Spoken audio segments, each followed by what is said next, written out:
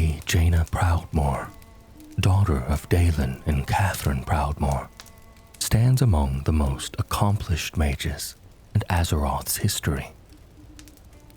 Widely regarded as the most powerful human sorceress of her age, she has held positions of immense responsibility, including Lord Admiral of Kul Tiras, leader of the Kirin Tor, and ruler of Theramore.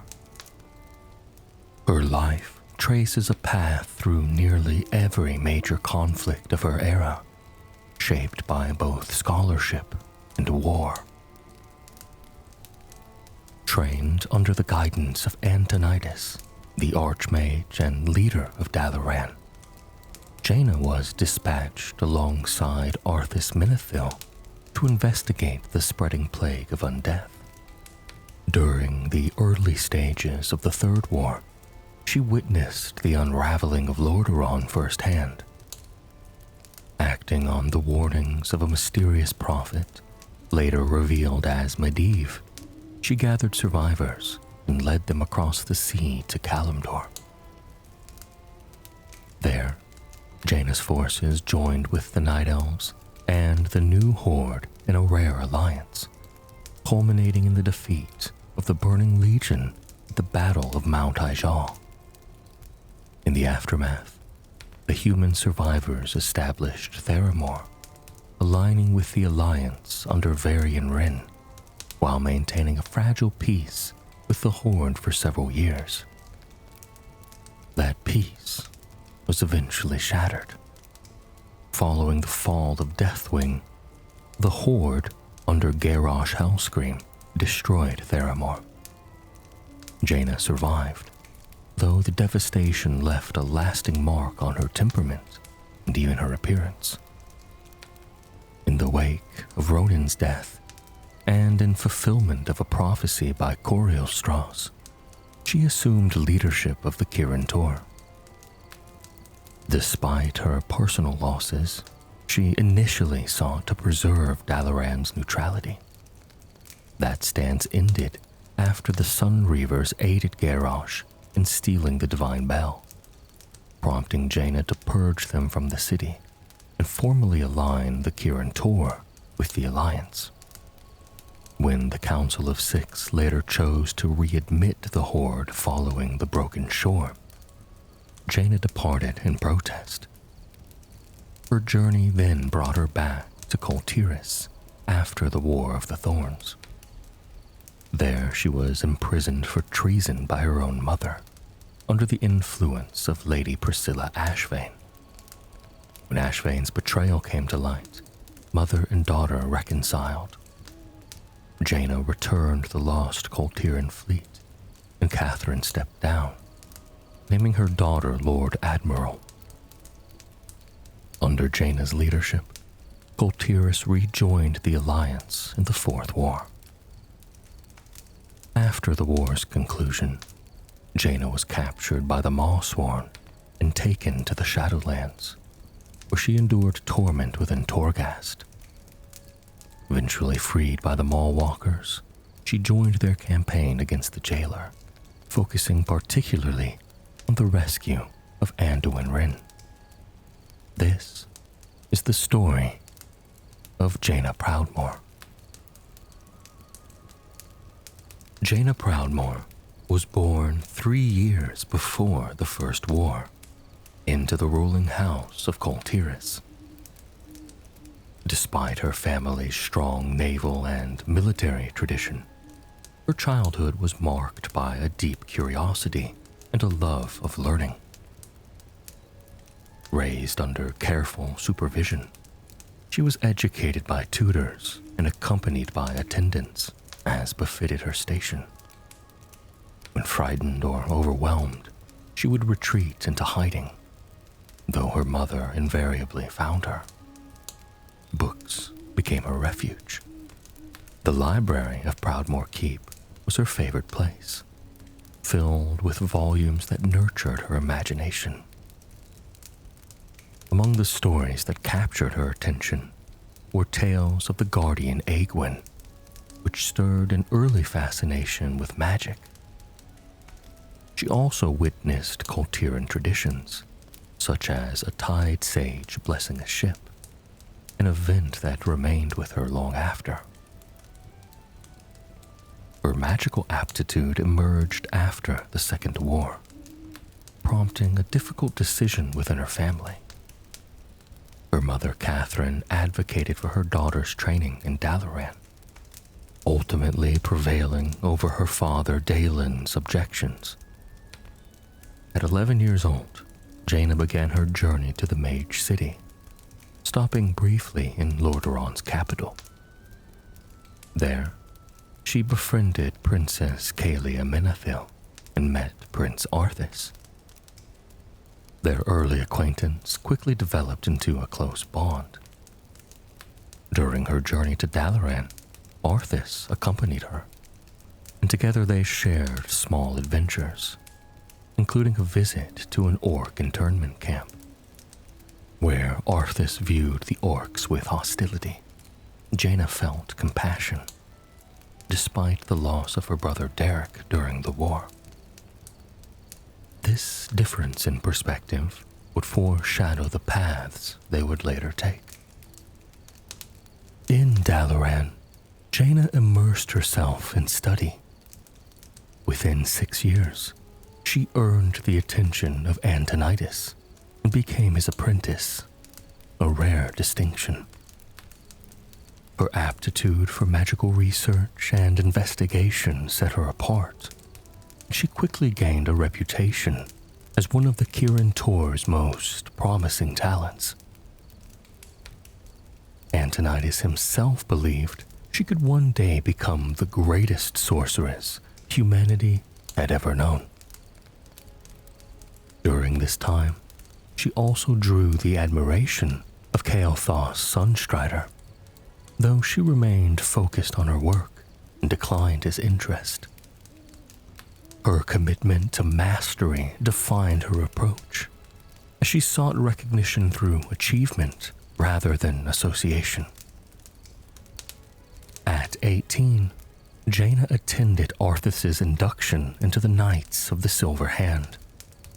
Their connection deepened soon after, when Arthas visited Dalaran under the pretense of study.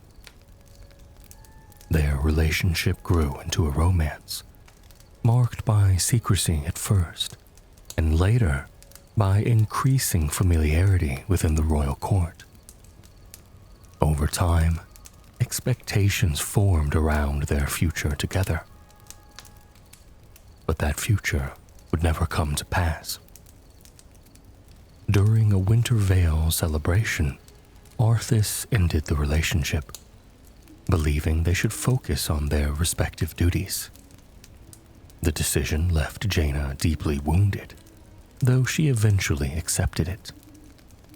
The two remained on amicable terms, their bond reshaped rather than severed.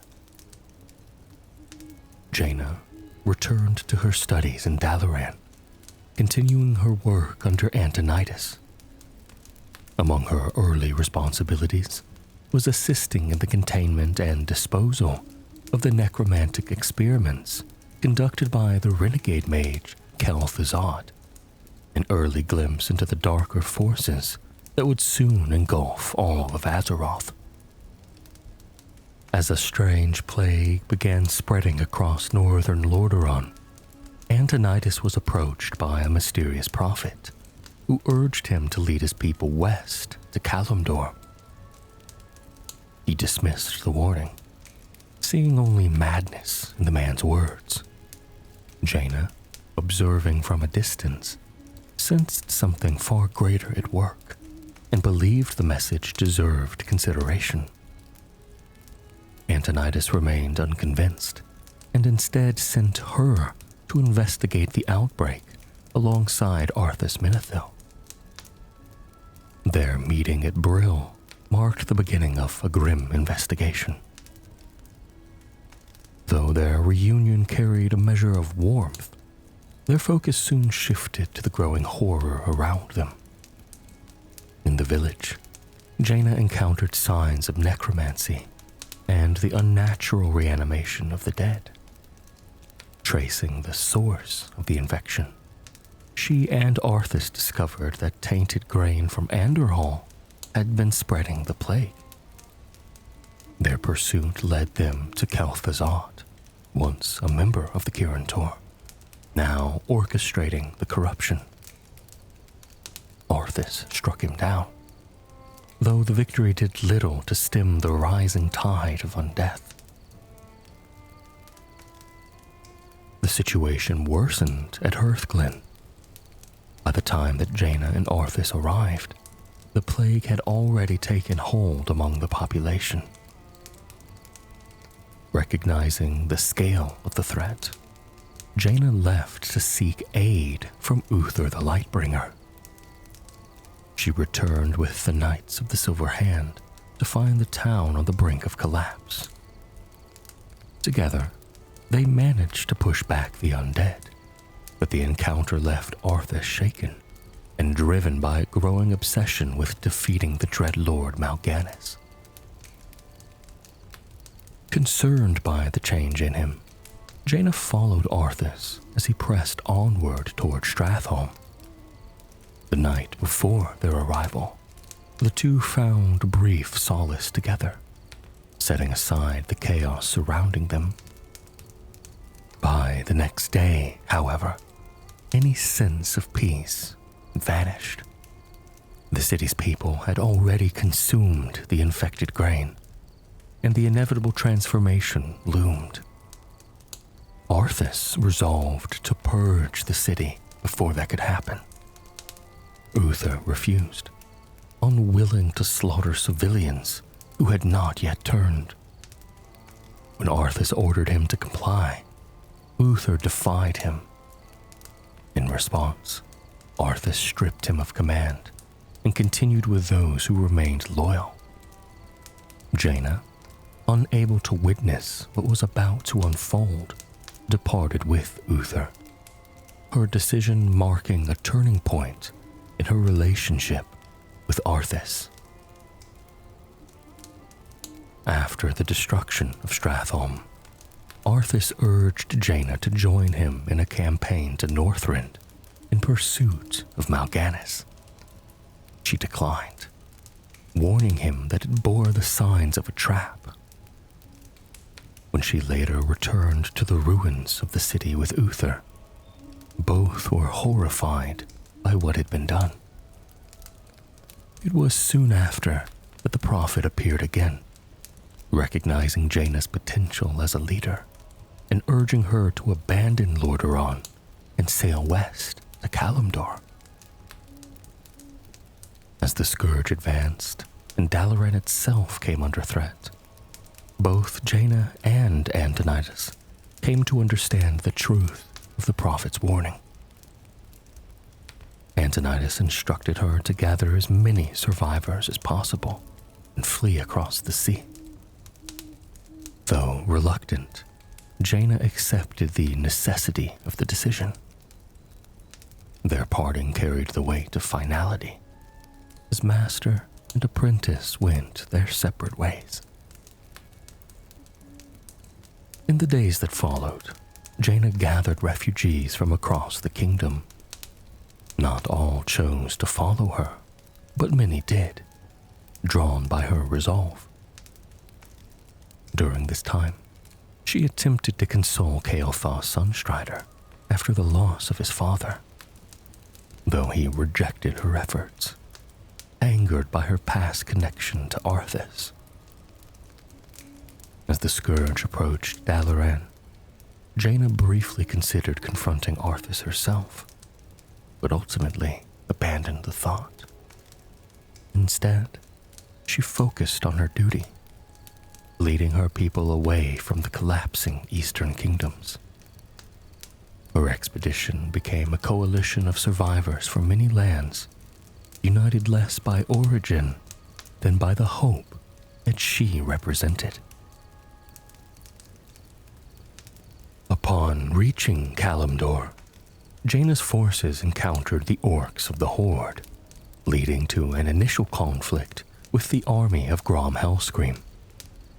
Seeking answers, she journeyed toward Stone Talon Peak, drawn by a sense of latent power within the mountains. There, her path crossed with Thrall and Cairn Bloodhoof. Their confrontation was interrupted by the reappearance of the Prophet, revealed at last to be Medivh. He warned them that the Burning Legion threatened all life on Azeroth, and that survival depended on unity. Jaina agreed to an uneasy alliance with Thrall. Together, they confronted the forces of chaos spreading across the land. Jaina provided Thrall with the Soul Gem, enabling him to capture Grom's essence and later free him from demonic corruption. Even so, cooperation between their peoples remained strained, and survival came at a constant cost as they faced both undead forces and the hostility of the Night Elves. Their efforts eventually led them to Malfurion Stormrage and to Ronda Whisperwind. With Medivh's guidance, the disparate factions agreed to stand together against the Legion at Mount Hyjal. Jaina used her magic to scout the battlefield, identifying the advance of Archimonde and his forces. Defensive positions were established along the mountain slopes in an attempt to halt the Legion's ascent.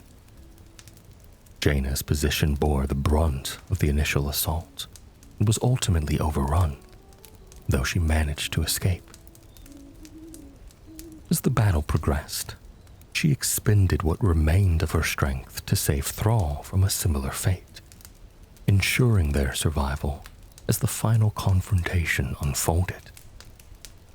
The Legion was ultimately defeated, marking a rare moment of unity among Azeroth's peoples. In the aftermath of Mount Hyjal, Jaina led her followers to an island along Kalimdor's eastern coast, where they established the city of Theramore. It became a refuge for displaced Alliance survivors and a symbol of a fragile new beginning. And that fragile peace was soon tested. When Rexxar confronted Jaina over human incursions into Durotar, she denied any involvement. Investigating the situation together, they discovered that Naga forces had attacked the disputed outpost. Through a dying Marine's account, Jaina realized that her father, Jaina Proudmoore, had arrived in Kalimdor and was leading an assault against the Horde. Jaina attempted to dissuade him, urging restraint, but Daelin refused. As conflict escalated, Thrall rallied his forces to oppose the Kul Tiras fleet. Faced with a choice between loyalty to her father and the broader peace she had come to believe in, Jaina ordered her forces to stand down and aided the Horde's effort. Daelin was ultimately defeated, and Jaina's final words to him were a question. Why would he not listen?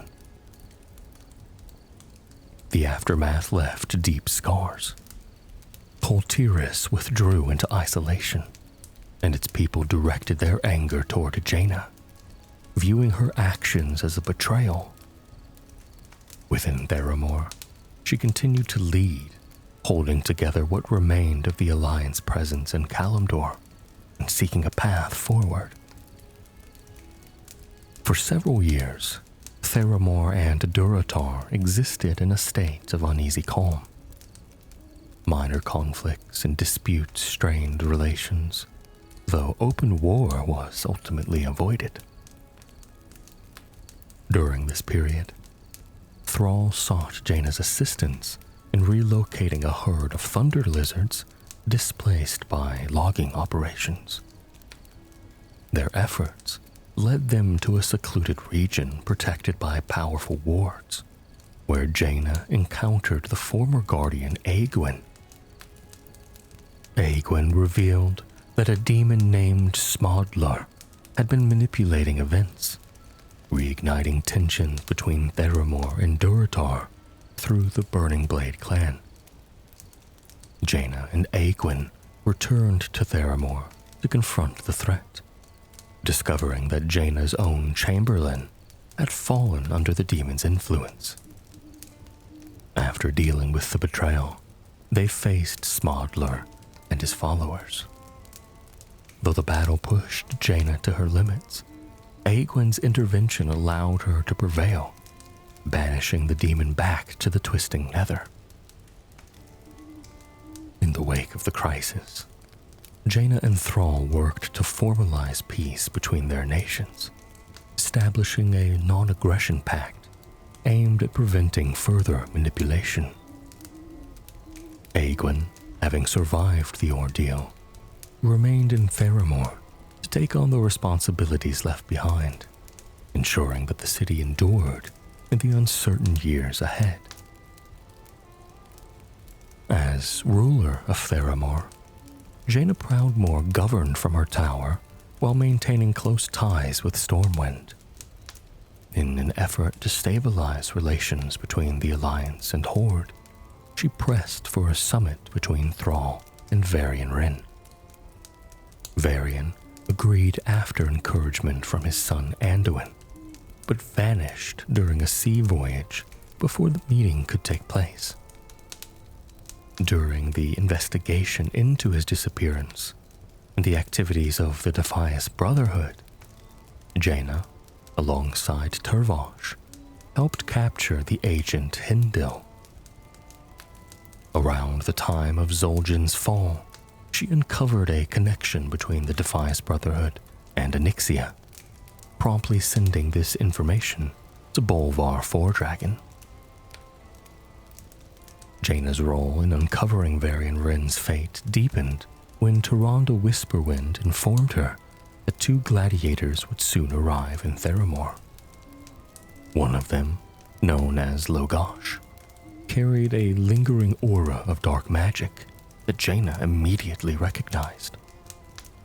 With the assistance of her chamberlain Aegwyn, she helped restore the amnesiac warrior's memories, revealing to him to be the missing Varian Wrynn.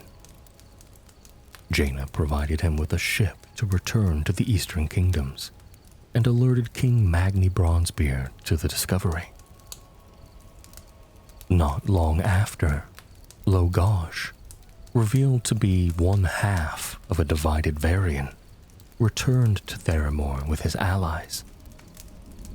Jaina performed a ritual that allowed both Varians to recall the truth of their separation. Onyxia, disguised as Katrana Prestor, had attempted a spell that fractured Varian into two beings when it was disrupted by Naga forces, led by Morgalla Darksquall. One Varian escaped, becoming Logosh, while the other was held captive. Armed with this knowledge, Jaina gifted them the blades Shalator and Elamain and supported their campaign against Onyxia. Following the dragon's defeat, Jaina again pursued peace, proposing an alliance between Stormwind and Orgrimmar. Varian agreed to attempt negotiations, and Jaina arranged a summit at Theramore. Thrall attended with his advisors, including Garrosh Hellscream, though tensions within the Horde were already rising. The meeting began with cautious optimism, but was disrupted by an ambush from Twilight's Hammer cultists, drawn from both factions.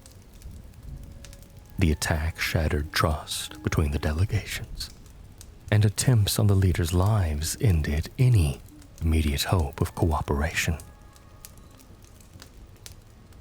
Later, when Arthas Menethil fully emerged as the Lich King after destroying the spirit of Ner'zhul, Jaina sensed this shift immediately. Theramore soon after came under attack by Scourge forces, which she helped repel. In the aftermath, she became a founding member of the reformed Council of Tirisfal, working alongside others to support Madan in opposing Cho'Gall and the Twilight's Hammer. During this struggle, Jaina witnessed the death of Aegwynn, an event that weighed heavily on her as she attended her mentor's funeral. Following the apparent death of Bolvar Foredragon at the attack on the Wrathgate, tensions between the Alliance and Horde escalated sharply. Determined to prevent open war, Jaina traveled to Orgrimmar to learn the truth behind the recent events in Northrend. There, she learned from Sylvanas Windrunner that a rebellion had overtaken the Undercity, led by Varimathras, and aided by the traitor Grand Apothecary Putris. Thrall assured her that the Horde had no desire for war and would deal with the insurgents.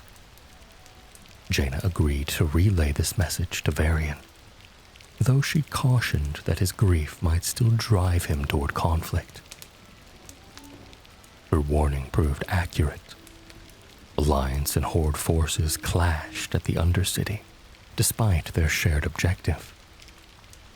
Refusing to allow the situation to escalate further, Jaina intervened, halting the Alliance advance and teleporting them back to Stormwind. As new dangers emerged, Jaina remained involved in efforts to coordinate a response. When Bran Bronzebeard revealed that Yogg-Saron had broken free, Jaina and Ronan convened leaders from both factions in Dalaran. The meeting quickly unraveled when Varian and Garrosh came into conflict, leaving Jaina to question who could stand against the old god. She later accompanied Varian to the Crusaders' Colosseum in Icecrown, observing the gathering of champions preparing for the final campaign against the Scourge. When a weakness in Icecrown Citadel's defenses was discovered, Jaina personally led a group into the halls of reflection, seeking insight into the Lich King's vulnerabilities. Within those halls, she encountered echoes of the past. After freeing prisoners and defeating Scourge forces, Jaina came face to face with the legacy of Frostmourne. Through the blade, she communed with the spirit of Uther the Lightbringer, who revealed that only a fragment of Arthas remained within the Lich King, and that his destruction would require a sacrifice. Their exchange was cut short by the Lich King's arrival. As his forces closed in, Jaina and her allies fought their way through the Citadel, eventually escaping with their lives. In the final stages of the campaign, Jaina stood alongside Varian during the aftermath of key battles within Icecrown. When Varrock Sourfang came to retrieve his son's body, Varian allowed him passage, a gesture that moved Jaina deeply. And after Arthas's defeat, Jaina sensed his passing, even from afar. When presented with Jaina's locket by an adventurer, she reflected on what had been lost, expressing her belief that some part of Arthas endured within the Lich King until the very end. In the uneasy years after the war against the Lich King, Jaina Proudmoore remained one of the few figures still trying to hold the peace together. She attended a memorial ceremony in Stormwind, honoring those who had fallen in the campaign against Arthas, where troubling news soon arrived. A night elf caravan had been savagely attacked by what appeared to be Horde forces, and the report only deepened the mistrust already building between the two factions. King Varian Wren considered responding with force, but Jaina persuaded him to pursue diplomacy first. She reminded him that no leader held perfect control over every member of his people, pointing to the Defias Brotherhood as proof. Varian answered by reminding her of her own history of misplaced trust, invoking Arthas. Around this time, Jaina also seemed to know, or at least had heard rumors, of Bolvar Four-Dragon's fate atop Icecrown. Before departing, she visited Anduin, whom Varian had entrusted to her care in his absence, and gave the prince a hearthstone linked to Theramore. Soon after, Jaina met Thrall in secret to demand an explanation for the attack. Thrall told her that he had not ordered it, but admitted that Varian's demands had already reached him. The Alliance wanted the Horde to condemn the assault publicly, surrender those responsible for Judgement, and prove that peace was still possible. Thrall was willing to reaffirm his intention to honor the treaty, but he would not denounce the attack in the way Varian demanded, nor would he turn Horde members over to Alliance justice. He argued that to do so, while his people were already suffering under the strain of the Alliance cutting off trade, would amount to a public humiliation he could not accept. Jaina understood the position he was in, but warned him that refusing to act would only drive both sides closer to full war. As Garrosh Hellscream pushed the Horde toward open conquest, Jaina and Theramore were pulled deeper into the growing war. Garrosh sought to break the Night Elves and claim all of Kalimdor for the Horde. In response, Alliance forces launched operations into the southern Barrens and secured territory that had once belonged to the Horde. Theramore committed soldiers to the effort and helped establish a military line between its holdings in Night Elf lands. A highway was built linking Theramore to Dustwallow Marsh, allowing the Alliance to move troops and supplies more quickly into the southern Barrens.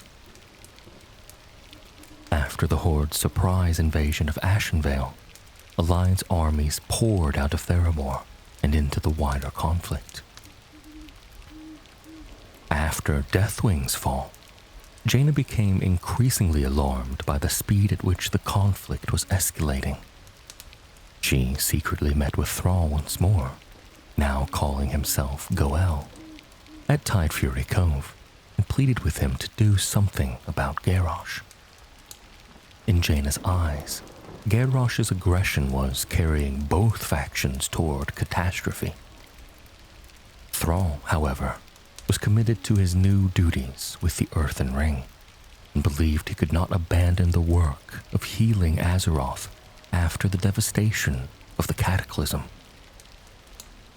Jaina left the meeting disheartened, convinced that delay would only mean more innocent deaths. Back in Theramore, she was soon approached by Calicos, the former aspect of magic, who asked for her help in locating the missing focusing iris. Jaina agreed.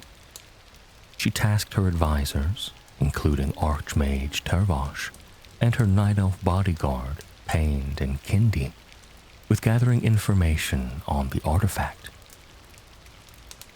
During the search, she and Calicos grew closer, speaking openly about their histories, their losses, and the wounds they each still carried. In the midst of that search, word came that Horde forces were gathering near Northwatch. Jaina now faced two urgent threats: the search for the Iris and the Horde's widening campaign. Though she feared Northwatch would fall, she believed that the Iris had to take priority. In time, she and Calicos discovered why he had been unable to sense it Those who had taken it were masking the artifact with transformation magic, concealing it even from his awareness. Not long after, Bane sent Perith Stormhoof to Theramore with dire news. Northwatch Hold had fallen. Garrosh intended to conquer all of Kalimdor, and Theramore itself was in his path. Perith brought Fearbreaker with him as proof, and Jaina promised it would be returned to Anduin. She also gave him a note ensuring safe passage through Alliance lands on his return journey. Once the warning had been delivered, Jaina and her advisors began readying the city for war. Caligos returned and chose to remain in Theramore to aid in its defense. Jaina then sent out calls for aid to every ally she could reach, including Varian and the other leaders of the Alliance. When Horde warships were sighted near Alliance waters, Jaina sought help from Ronan and the Kirin Tor. Ronan explained that he could not commit Dalaran's support alone, leaving Jaina to make her case before the Council of Six. After lengthy debate, the Council agreed to assist Theramore, hoping that the presence of the Kirin Tor might deter Garrosh from attacking. They reasoned that refusing to act would amount to silently accepting his war. Khadgar also sent word to Adal, who responded by dispatching a contingent of Shatari forces.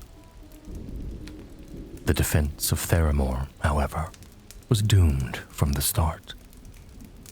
The Horde's first assault was beaten back, but it soon became clear that the attack had been a feint. Garrosh's true aim had been to draw the Alliance's finest defenders into one place, then to destroy them all at once with a mana bomb empowered by the focusing iris. By the time the truth was understood, it was already too late. Theramore was annihilated. Jaina and a handful of survivors escaped only because Ronan forced them through a portal moments before the blast, sacrificing himself to save them. When Jaina awoke, she found arcane power radiating through her body, and nearly all of her once fair hair had turned white. Caligos begged her not to return to the ruins, knowing no one could have survived. But she went anyway. There, she saw the destruction of everything she had built, and the deaths of the people she had sworn to protect. She found Kindi's body among the ruins, and when she touched the young gnome's shoulder, the corpse crumbled into violet dust. That moment broke something within Jaina. Overcome with fury, she lashed out at Horde soldiers lingering behind to plunder the ruins and strike at her. She descended into the crater, found the focusing iris, and concealed it for her own use. Then, she traveled to Stormwind and demanded support for an immediate and merciless retaliation. Varian refused to commit to a reckless assault on Orgrimmar, especially after the Alliance's recent losses. He and Anduin also rejected the use of dishonorable tactics and informed her that the Horde had already established a powerful naval blockade around Kalimdor. Jaina, unwilling to give up her vengeance, left Stormwind for Dalaran and urged the Kirin Tor to strike directly at the Horde. She even proposed moving Dalaran over Orgrimmar and raining destruction upon it. Though the Kirin Tor wanted Garrosh held accountable for Ronan's death, they refused to support a plan that would kill countless innocents, particularly after the cost of their first intervention. Still seeking retribution and unaware that the Alliance was already rebuilding its fleet, Jaina turned to the library of Dalaran. There she found the Sixth Element, additional methods of arcane augmentation and manipulation, a book her mentor Antonidas had discovered and sealed away. Taking the warded tome as proof that Antonidas would have supported her, she carefully broke its seal without triggering the magical alarms. Inside, she found a theory that treated arcane power as an element in its own right, and described how the focusing iris had once been used to enslave and command elementals. Armed with that knowledge, Jaina went to Ratchet, secured Frey Island, and prepared to destroy Orgrimmar by summoning a tidal force of water elementals powerful enough to drown the city. Thrall, having already been warned by the elements, arrived just in time to confront her. He pleaded with her to stop, but Jaina ignored him and sent the wave forward. Thrall managed to hold it back by calling upon the wind, and even that strained him to the limit.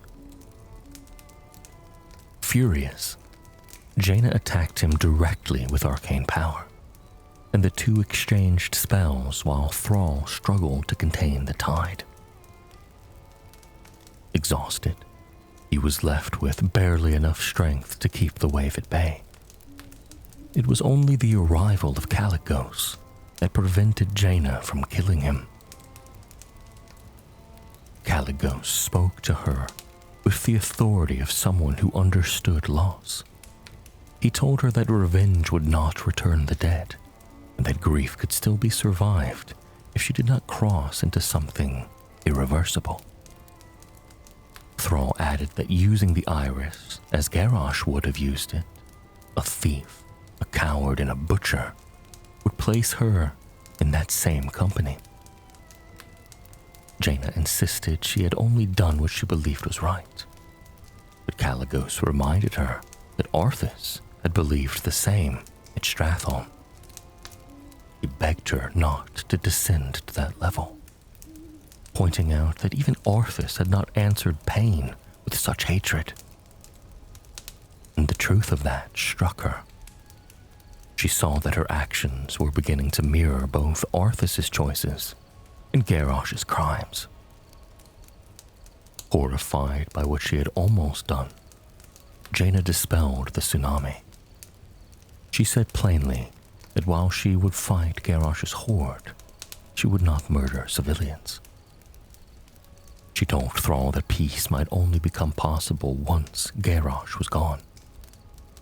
In that moment, both understood that whatever friendship had once existed between them had become another casualty of Garrosh's brutality. Jaina admitted it might be a very long time, if ever, before she could call Thrall her friend again.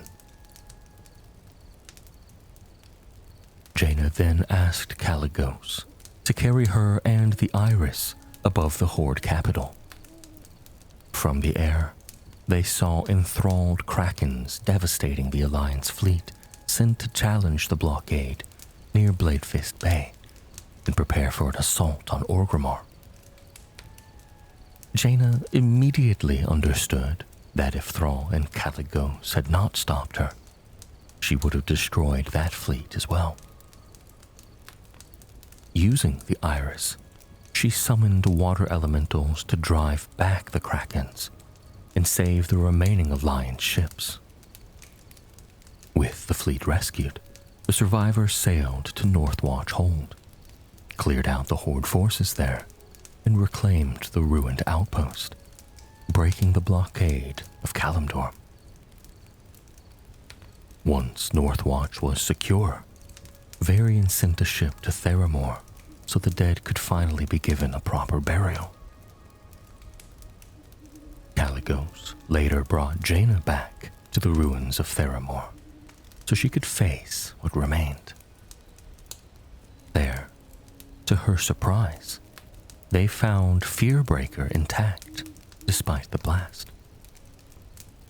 Surrounded by the wreckage of her city, Jaina finally gave way to her grief, and Caligos stayed with her as she wept.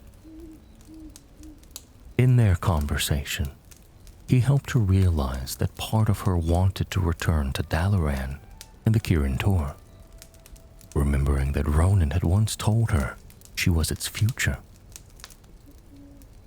The two acknowledged the feelings that had been growing between them, and Caligos kissed her, beginning their relationship. When Jaina returned to the Council of Six, she handed over the book she had taken and explained everything she had attempted with the focusing iris. Caligos, speaking now as the leader of the Blue Dragon Flight, unexpectedly entrusted the iris itself to the Kirin Tor for safekeeping. Jaina formally requested to rejoin the Order as a novice, but the Council refused the request for a very different reason. They wished her to take Ronan's place as their leader. Khadgar explained that Varisa had found a cache of prophetic scrolls written by Corielstraws, and that one of them described Jaina exactly as she stood now, along with the ordeal she had just endured. In their eyes, the restraint she had shown at the edge of ruin revealed her true character. Jaina argued that she had not stood alone, and that Caligos deserved part of the credit. In response, Khadgar extended an invitation to him as well, asking the former aspect to join the Kirin Tor. Later, as the Order's new leader, Jaina oversaw the creation of a new mass grave outside Theramore. With Caligos beside her, she also presided over Ronan's memorial service at the Violet Citadel, stepping fully into the place he had left behind. During the campaign in Pandaria, Jaina Proudmoore stood at the center of some of the Alliance's most consequential decisions. As leader of the Kirin Tor, she attended the Alliance gathering at the Shrine of Seven Stars, where dignitaries and commanders debated whether the power of the Shah should be used at all. Jaina did not offer her opinion aloud during this discussion, though when the Shah manifested physically as an echo of hatred, she acted to restrain it. Around this time, King Varian Wren sent Prince Anduin and an Alliance adventurer to speak with Jaina about the continued presence of Blood Elves in Dalaran. Because the Sunreavers had sworn loyalty to the Horde, Varian regarded them as a serious danger to the Alliance war effort and wanted them removed. Jaina refused. She insisted that Dalaran must remain neutral. In her view, despite her hatred for Garrosh Hellscream, the city could still serve as proof that trust between Alliance and Horde was possible. If both sides could continue to live and work together, then perhaps the wider world might still believe peace could exist beyond the war. In her conversation with Anduin, Jaina admitted that she was not proud of her earlier intention to destroy Orgrimmar. She spoke of the Kirin Tor's long history of abusing power, and said that although its members held loyalties to opposing factions, she hoped they could still trust one another and remained united in using magic responsibly, even when that conflicted with factional interests. She'd later aided the Night Elves by strengthening Darnassus's magical defenses in an effort to keep Garrosh from obtaining the divine bell. But those efforts failed. Horde agents still infiltrated Darnassus and stole the divine bell.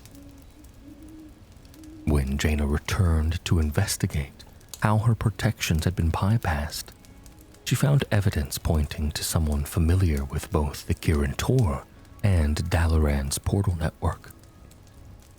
She quickly concluded that members of the Sunreavers had helped facilitate the theft. In her eyes, this was an outright betrayal and a direct violation of the Kirin Tor's neutrality. Why she did not regard her own involvement in helping preserve the bell for the Alliance as a similar breach of neutrality is never quite explained. Enraged, Jaina moved immediately. She mobilized the Kirin Tor, Alliance forces, and the Silver Covenant to purge the Sunreavers from Dalaran. After a short confrontation with Aethys Sunreaver, she chose to imprison him and killed his mage guards. Some Sunreavers who surrendered were taken to the Violet Hold. Others, along with those who resisted, were executed. Once the purge was complete, Jaina reported to Varian that Dalaran had been cleared of Horde influence and formally pledged the Kirin Tor to the Alliance. Varian was displeased that she had acted without consulting him, especially because he had been engaged in secret talks intended to draw the Blood Elves back into the Alliance. Jaina's actions destroyed that possibility and pushed the Sindorai back toward the Horde. She showed no regret, maintaining that the Sunreavers had brought their fate upon themselves. Jaina also dismissed Varian's outreach to the Blood Elves as foolish, saying she now believed that once someone belonged to the Horde, they would always belong to it. Varian reminded her that the Alliance had to act together. Jaina warned him not to go soft, then departed to prepare the Kirin Tor for war. Not long afterward, Varian learned that Anduin and an Alliance champion had gone on their own to stop Garrosh from using the Divine Bell. Although Anduin succeeded in halting Garrosh and destroying the artifact, he paid for it dearly. Garrosh attacked him and left him gravely wounded. Varian bitterly regretted not sending his son back to Stormwind at once and ordered Velen to be summoned immediately. As the king mourned over Anduin's broken body, Jaina, furious over the attack on the boy she thought of as her nephew, swore that the Kirin Tor would make Garrosh answer for it before teleporting away. Sometime later, Caligos returned to the Nexus, though he remained involved with Jaina. Without her knowledge, he had discovered a strange artifact that tormented him with visions of Azeroth's distant past. During these mental struggles, he often contacted Jaina without realizing he was doing so, which led her to answer while he believed she had initiated the exchange.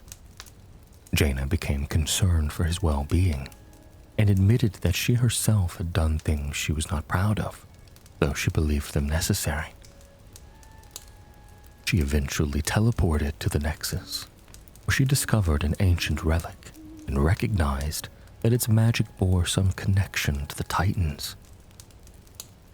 When Caligos sensed another presence nearby, Jaina slipped away and reappeared at the entrance so he would assume she had only just arrived. After reassuring him, she returned to Dalaran to continue her research. There, she studied several books and learned of the mage Rolfo. At one point, believing Caligos had called to her again, she teleported to his location and materialized near Galakron's Rest. She did not find him there, but she did find traces of the artifact's aura and the site where he had unearthed it. She also met Bonique, who told her that Caligos had indeed been there, and that another figure had come afterward. Bonique showed her a symbol cast by that stranger, and Jaina recognized it. With that new clue, she returned to Dalaran. Later, when Modera came searching for her, Jaina hid herself. And once she was gone, Jaina resumed her study, determined to learn all she could about the Titan relic and use that knowledge to save Caligos.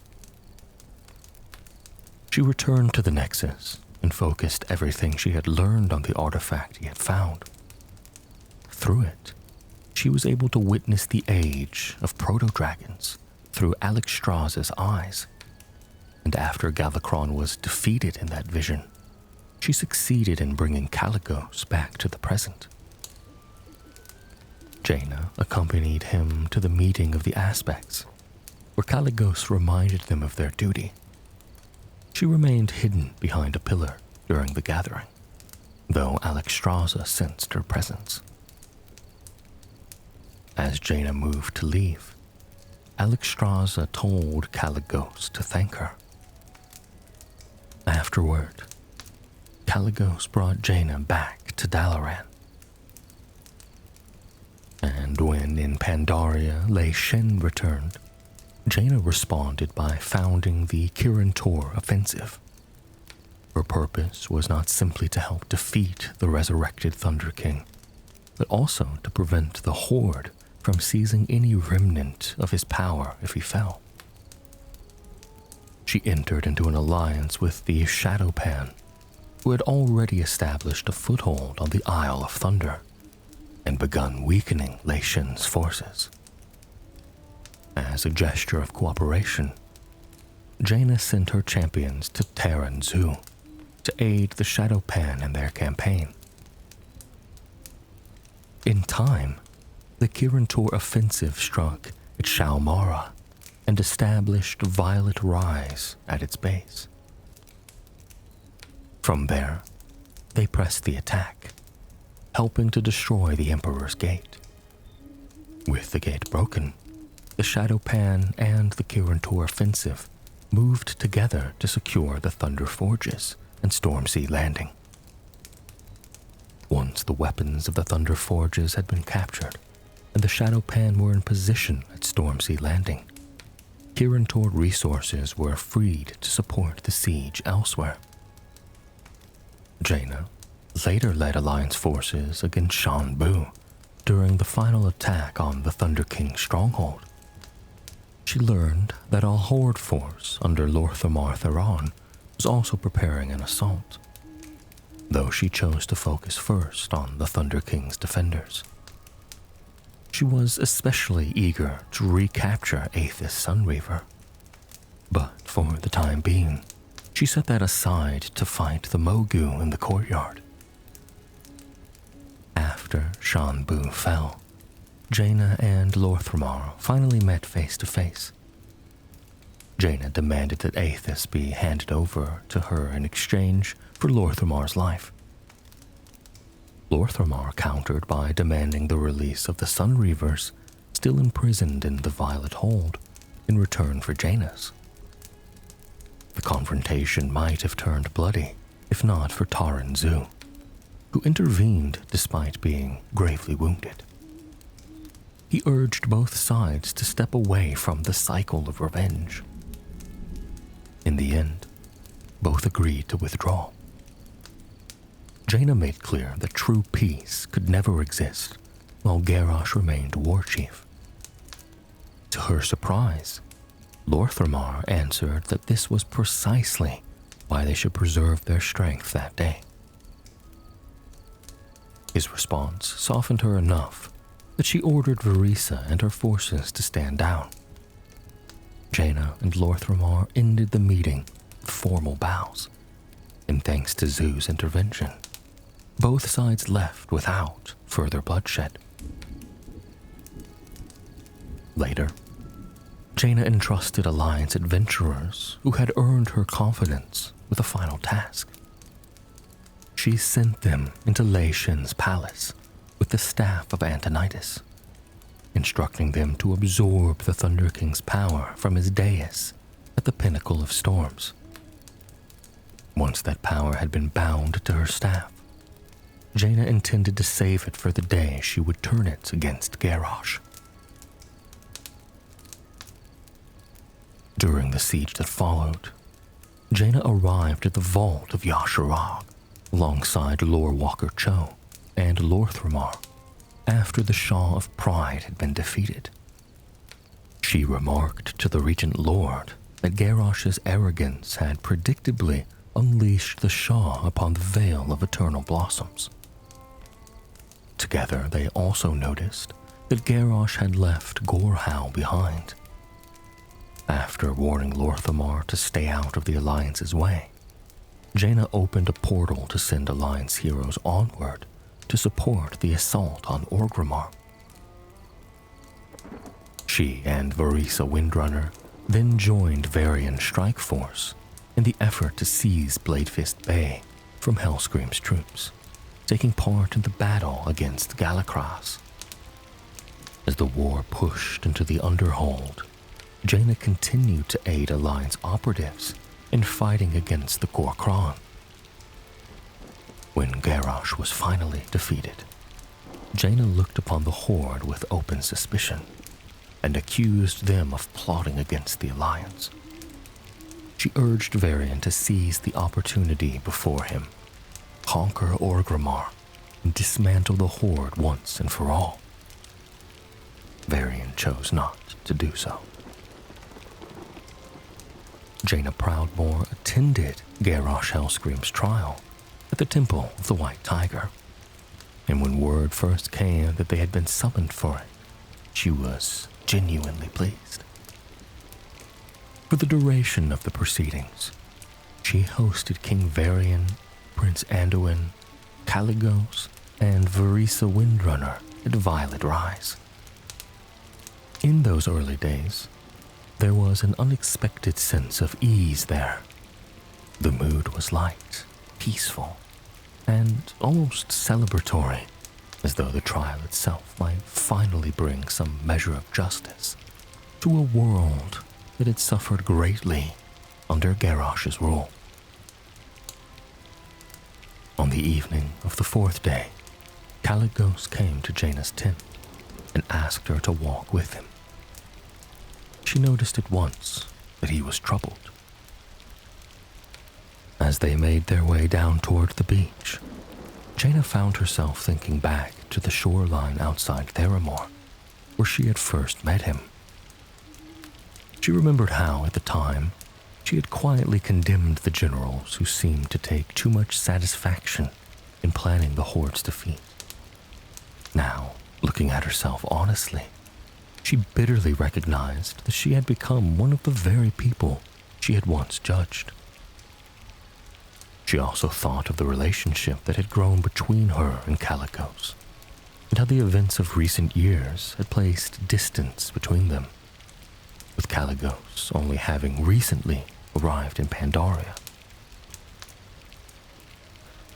When they finally spoke openly, Caligos told her that she had become hard and bitter, and that the pain she carried did not seem to lessen.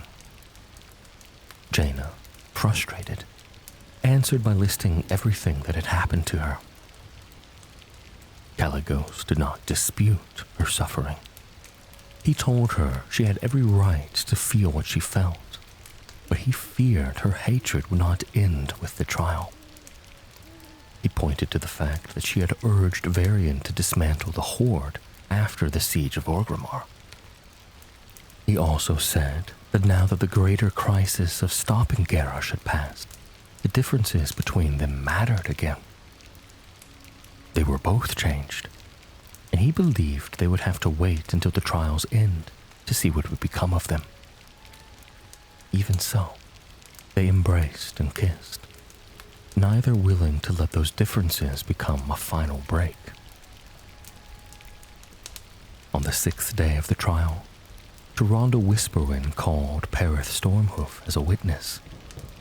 He resisted at first, unwilling to speak because of the oath he had sworn to Bane Bloodhoof. But once Bane directly ordered him to testify, he reluctantly obeyed. Tyrande questioned him about Magatha Grimtotem's seizure of Thunderbluff just before the shattering, and then summoned a vision showing Bane with Jorn Skyseer, Hamel Rune Totem, and Perith in the aftermath of the coup. In that vision, they debated what to do next, and Bane finally said that he would go to Jaina Proudmoore for aid, since Garrosh would not help him, and Jaina was known to be more moderate than most. The moment the vision ended, the courtroom erupted. Jaina sat staring at Tyrande in stunned silence, feeling deeply betrayed. She expected Bane might use that history if pressed, but she had not expected Tyrande to expose it. Caligos eventually pulled her back to herself, though by then the courtroom had dissolved into shouting. Varian, furious, demanded to know why Jaina had never told him. Taran Zu called for a 10-minute recess. During that break, Varian insisted that Jaina explain what had happened, comparing this secret to her earlier decision to remove the Sunreavers from Dalaran without consulting him. When the court resumed, Tyrande continued questioning Perith and asked what had happened when Bane met with Jaina. Perith reluctantly described how Jaina had provided Bane with money from Theramore to help him retake Thunderbluff. Tyrande then asked whether that had been their only secret exchange. Perith said it had not, and Tyrande called forth another vision. This one took place in Jaina's parlor in Theramore. The sight of it immediately drew Jaina in, and she became lost for a moment in the memory of her ruined home. In the vision, Perith was brought before her and warned that Garrosh was preparing an imminent attack on Theramore Isle. He also presented Fearbreaker, which Bane had received from Anduin when he first sought Jaina's help against the Grim Totem. Perith explained that Bane wanted to return the weapon to its rightful owner. When the vision ended, Jaina turned to Varian and mockingly asked whether he meant to arrest her for treason. Varian replied that he only had one question. Did she believe Bane had known about the mana bomb? Jaina answered at once that he had not. Varian said that was enough for the moment, but told her that once this session was over, she would explain everything. When the court adjourned shortly afterward, he ordered her to stay behind so they could speak. Varian's anger was directed at both Jaina and Anduin. He was outraged that she had aided Bane, but even more furious that she had done so without telling him. Jaina answered that he would not have listened even if she had. When Varian said that the two of them ought to be imprisoned, Jaina reminded him that she was neither his lieutenant nor his child. She then threatened to withdraw the Kirantor from the Alliance and left. On the 7th day, Tyrande called Jaina herself to the stand. She questioned her about the events that followed Bane's warning, and Jaina described how she had called for aid and how reinforcements came, and how Theramore had initially repelled the Horde's assault. Tyrande then moved to what came next, asking about the focusing iris and the final moments before the mana bomb fell. Reluctantly, she called forth another vision. This one showed Jaina and Ronan in her tower as the goblin zeppelin carrying the focusing iris drew near. In the vision, Ronan explained that he could divert the bomb into Jaina's magically fortified tower reducing the scale of the destruction. He began the effort, but first opened a portal for Jaina and a few others, though the bomb's proximity made the spell difficult. Jaina repeatedly refused to leave, insisting that she would remain and help defend her city. In the end, Ronan told her that she was the future of the Kirin Tor, and then pushed her through the portal only seconds before the bomb struck. The courtroom reacted in horror, and many in the present cried out as the vision showed the blast land. After another short recess, the court resumed. Sharonda asked Jaina what happened after she passed through the portal. Pale and red-eyed, Jaina said she regained consciousness on an island outside Theramore. She told the court the Caligos had found her there, and that she insisted on returning to the city alone. Sharonda then showed another vision. In it, Jaina walked through the shattered remains of Theramore, where bodies floated in the air and lay twisted by lingering arcane energy. She eventually came upon the body of her old apprentice, Kendi. When she reached out to touch her, the body crumbled into violet sand. In the vision, Jaina screamed and broke down weeping. At that point, Sharonda nodded to Chromie to end the vision and concluded her questioning. Bane then rose to question Jaina. He asked how she had felt in the aftermath of Theramore and what she had done next. Jaina answered by describing how she had gone first to Stormwind seeking Varian support, only to leave in anger when he rejected her plan. She then went to the Kirin Tor for aid and was refused again. After that, she recovered the focusing iris and used it to create an army of water elementals intending to destroy Orgrimmar. She told the court that Thrall had tried to stop her and would likely have died if Caligos had not arrived. It was Caligos who convinced her that if she went through with it, she would become no different from Arthas. Jaina admitted that he had been right. Before adjourning for the day, Sharonda asked one final question. She wondered whether Jaina was relieved she had stopped because releasing the tidal wave would have destroyed the Alliance fleet as well. Jaina replied that while she was grateful she had not accidentally killed the Alliance fleet, that was not the real reason. She looked directly at Garrosh and said the true reason was that she never wanted to become like him. Sharonda pressed further, asking whether Jaina did not want to become like Garrosh or whether she did not want to become like the Horde itself. Jaina paused for a long moment before answering that the Horde was not Garrosh. The response visibly caught Sharonda off guard. Realizing her line of questioning had backfired, Sharonda said she had no further questions, and the session ended. On the 9th and final day, the accuser and defender delivered their closing arguments. Afterward, Caligos invited Jaina to dine with him, but she declined, saying she wanted time alone.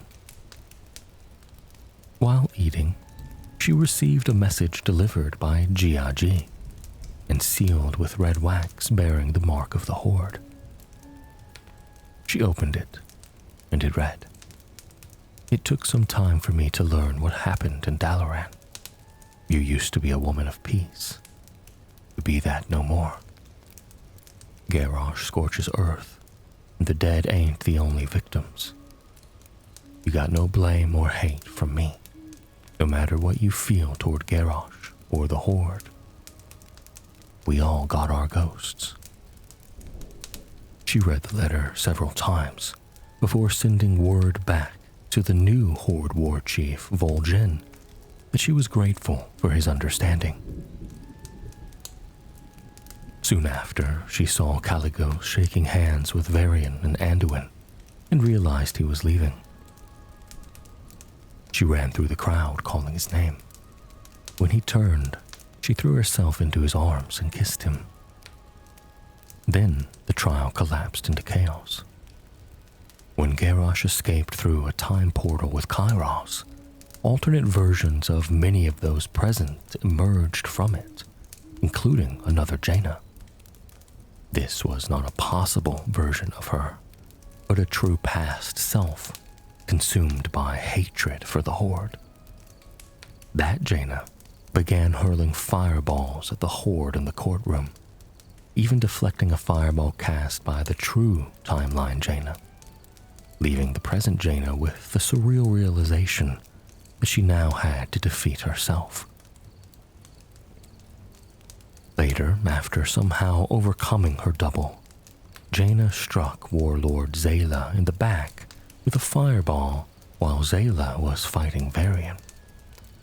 Varian looked up just in time to see Jaina shot through the chest, possibly by a North Sea pirate, or by Shokia from the Zeppelin, and collapse. He abandoned the fight with Zayla at once, lifted Jaina, and carried her back inside the temple. By the time they entered, the battle was over, and the others had defeated their alternative selves. When Thrall saw Jaina in Varian's arms, limp and pale, he and Agra rushed to heal her. Anduin, Tyrande, and Velen joined them, but the wound was too severe, and they were too drained by the fighting to do enough. Caligos came to her side and held her, going utterly still. Despair spread through the room, though Anduin refused to stop trying to save her. Then Chi-Chi appeared above them and declared that the student remembers the lessons of my temple. With that, the August Celestial healed Jaina and the others who had been wounded, granting them the second chance that had originally been meant for Garrosh. Jaina opened her eyes and looked genuinely happy. She also reached for Thrall's hand and squeezed it, forgiving him in that moment. After the Celestial explained that Garrosh would have been allowed to live so he could continue learning, and that he had not been the only one on trial, they told those present to return to the world and do what they must. In the silence that followed, all eyes turned to Thrall, and he spoke for them all by saying that they would find Garrosh. Later, Jaina arrived at Khadgar's tower in Zengara after Khadgar had been attacked by Garona. She approved of the Alliance commander and thanked them, while making it clear to the Horde commander that the Horde had no place in the affairs of the Council of Six. Khadgar replied that it would not be the first time he had disagreed with the Council, nor the last. After Cordana stitched him up, Khadgar and Jaina went inside the tower and worked together to further empower the commander's ring, transforming it into something stronger. During the work, Jaina warned that Khadgar was dabbling with dangerous artifacts he ought not to meddle with. She left the Alliance commander with a warm farewell and cautioned them to be careful in Blackrock Foundry. To the Horde commander, she said only that she would be watching them. Much later on, after heroes and soldiers returned from the Draenor campaign, Jaina would be present at the Broken Shore, fighting the Burning Legion beside King Varian Wrynn and Gin Greymane, while leading a squad of Kirin-Tor battle mages. During the battle, the Alliance was left exposed by the Horde's sudden retreat, and as the surviving Alliance forces tried to escape aboard a gunship, Their path was blocked by a summoned Fell Reaver. They could only watch as Varian sacrificed himself, holding off the Legion so the rest could flee. Afterward, Jaina attended Varian's funeral and was furious at what she believed had happened. In her eyes, the Horde had abandoned the Alliance to die before the demons. She argued that the response now had to be twofold: war against both the Legion and the Horde. She clashed with both Velen and Anduin over this, and declared that her mages would never again work beside the Horde, nor would Horde mages be permitted in Dalaran, despite their appeals. Even so, she arranged for Dalaran to be moved to Deadwind Pass so that the Eastern Kingdoms could be better protected. When Khadgar later asked the Council of Six to allow Horde mages back into the Kirin Tor, Jaina refused, citing what she saw as a long pattern of Horde atrocities and betrayals. The matter went to a vote despite her warning that she would leave the Kirin Tor if the Horde were readmitted to Dalaran. She was defeated, 4 votes to 2. Feeling utterly betrayed, Jaina condemned the council for trusting the Horde yet again, and told them to remember her warning when the Horde inevitably betrayed them once more. It was after this that she ended her relationship with Kalecgos and teleported away, leaving the Kirin Tor in Khadgar's hands. During the rest of the war against the Legion, Jaina fought on her own. Some time later, Kalecgos was surprised to see Jaina approach him at the Antonidas Memorial. It was the first time they had seen one another since she had left Dalaran without explanation.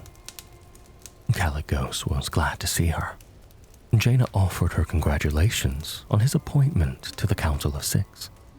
He thanked her, but told her he would gladly step down if it meant she would return to Dalaran.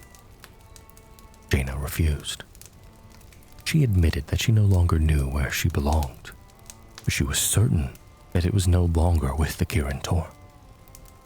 She said she still believed the decision to readmit the Horde had been wrong, and that the Horde had shaped her into the kind of person she had become. When Kalecgos moved to comfort her, Jaina confessed that she disliked what hatred had done to her, yet no longer knew if she could be anything else. She said that all her experiences had taught her what to hate and what to reject, but had left her with no idea what peace even looked like for herself. Since Theramore fell, she felt she had done little more than react, and she was frustrated that she could not seem to break free of that cycle. Kalecgos apologized for not being able to solve that struggle for her, but Jaina said that the truth was that only she could help herself.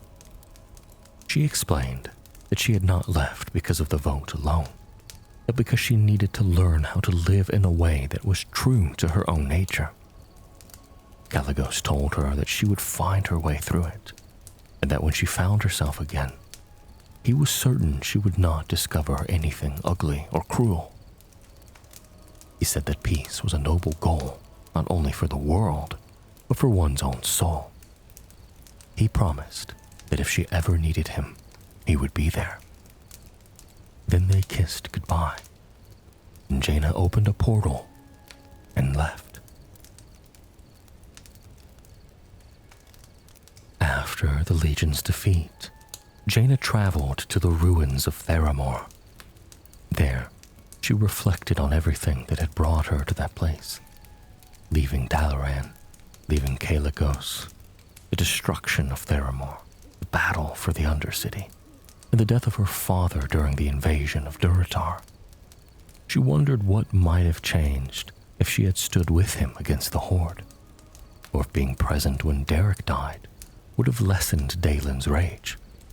or if returning home after the Third War might have led him to listen to her counsel.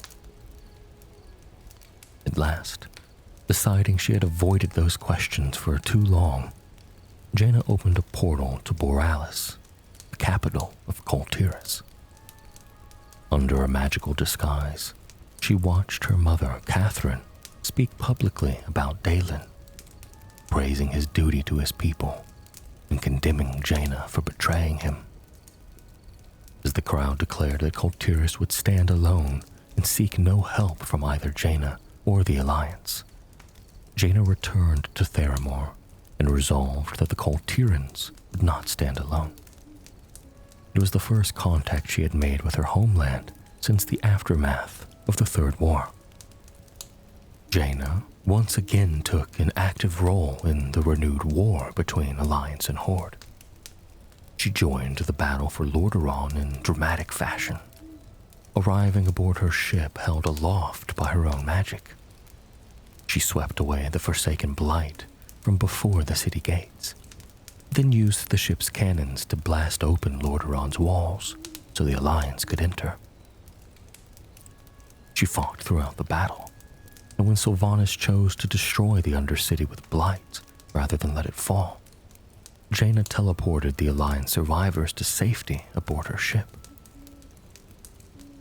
Soon after that battle, Horde operatives infiltrated Stormwind and rescued two Zandalari prisoners, Princess Talanji and Zul. Jaina confronted them at the harbor, but fire set by Zul forced her to turn her attention to saving the city rather than capturing the escapees. When only one of the 8 pursuing warships returned, she used magic to look into a survivor's memories and learned that the Horde had formed an alliance with the Zandalari. In response, she proposed to Anduin that she travel to Kul Tiras and try to secure its legendary fleet. Again, Greymane reminded her that she herself was the reason Kul Tiras had left the Alliance, but Jaina insisted that facing that truth was their only chance of bringing the nation back. She promised that she would return with the fleet, or not at all. On the voyage home, Jaina suffered a nightmare in which she sang happily with her father as a child, only for him to turn and accuse the adult Jaina of being a murderer. Returning to Kul Tiras stirred memories and emotions she had believed long buried. When she arrived in Borealis, she found that the people there feared and hated her for her role in Dalen's death. The guards arrested her on sight and brought her before Jaina Proudmoore. Jaina offered no resistance. Catherine, urged on by Priscilla Ashvane, treated her as a traitor and ordered her taken away to face judgment. Jaina was exiled to Fate's End, an island off the coast of Stormsong Valley, from which no one was said to return. There, Gorak Tul, king of the ancient Drust, captured her and dragged her into Thros. Inside that realm, Jaina was tormented by memories of her past, including Arthas at Stratholme, Varian at the battle for the Undercity, and Dalen at Theramore.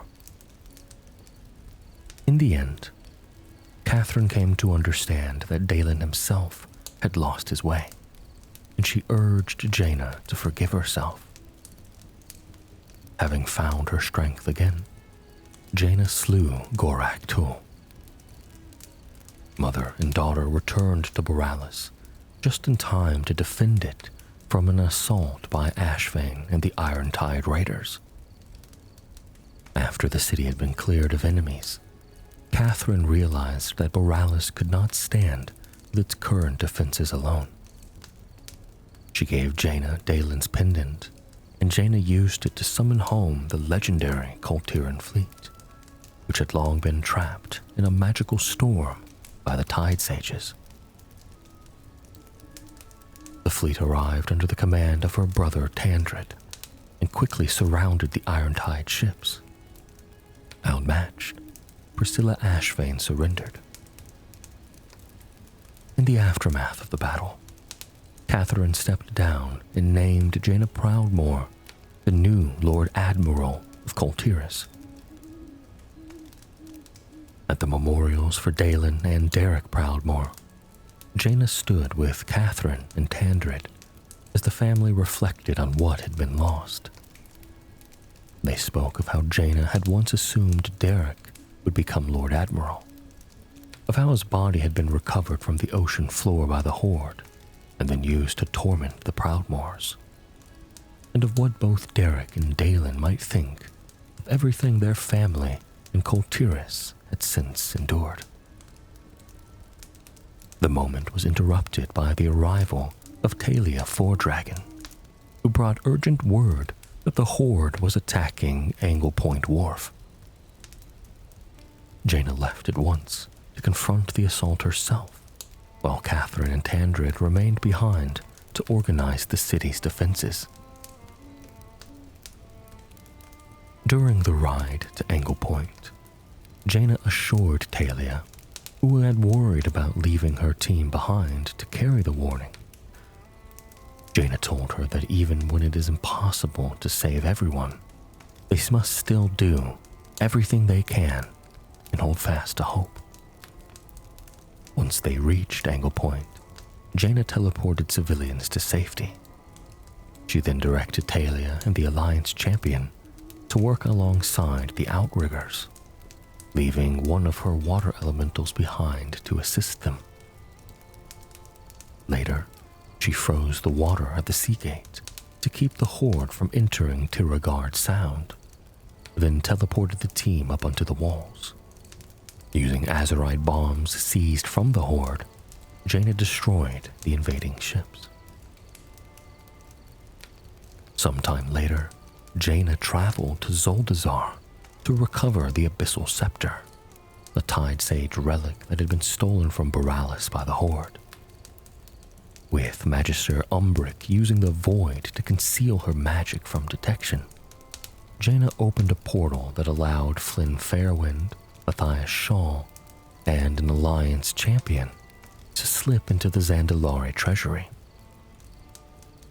In Nazmir, the Alliance launched a diversionary offensive under Blade Master Telamon in order to draw Horde attention away from Dazar'alor, while preparations for the real assault continued.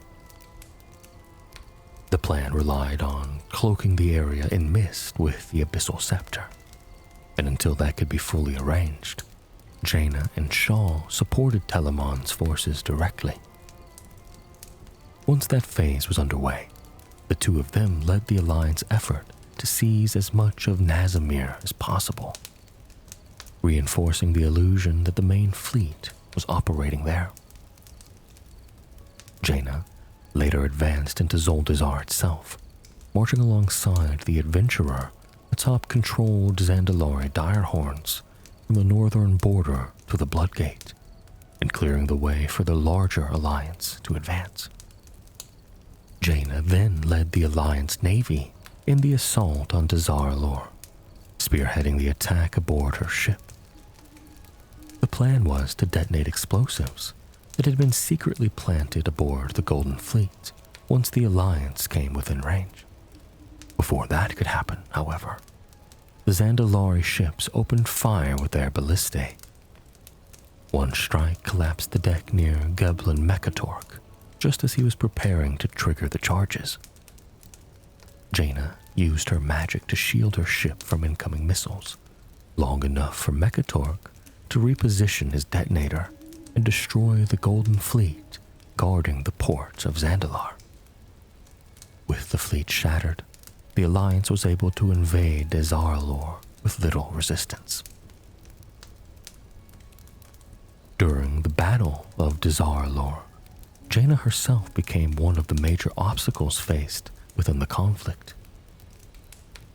After King Rostakon's death, the Alliance began its withdrawal from the city. Jaina remained behind with a small number of Kul Tiran vessels to slow the horde pursuit. When the Alliance returned to Borealis, she met with Shaw, Gin Greymane, Wormbane, and King Anduin. Though the campaign had brought victory, Anduin grieved the lives that had been lost and worried over Mekatork, who had barely survived his clash with Jaster Gallywix.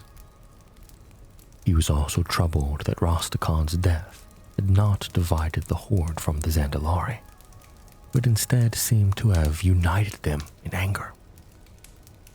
Shaw, Greymane, and Wormbane wanted to press the advantage and end the war quickly. Jaina argued against striking while the Zandalari were in mourning, warning that such an act would make the Alliance no better than Sylvanas.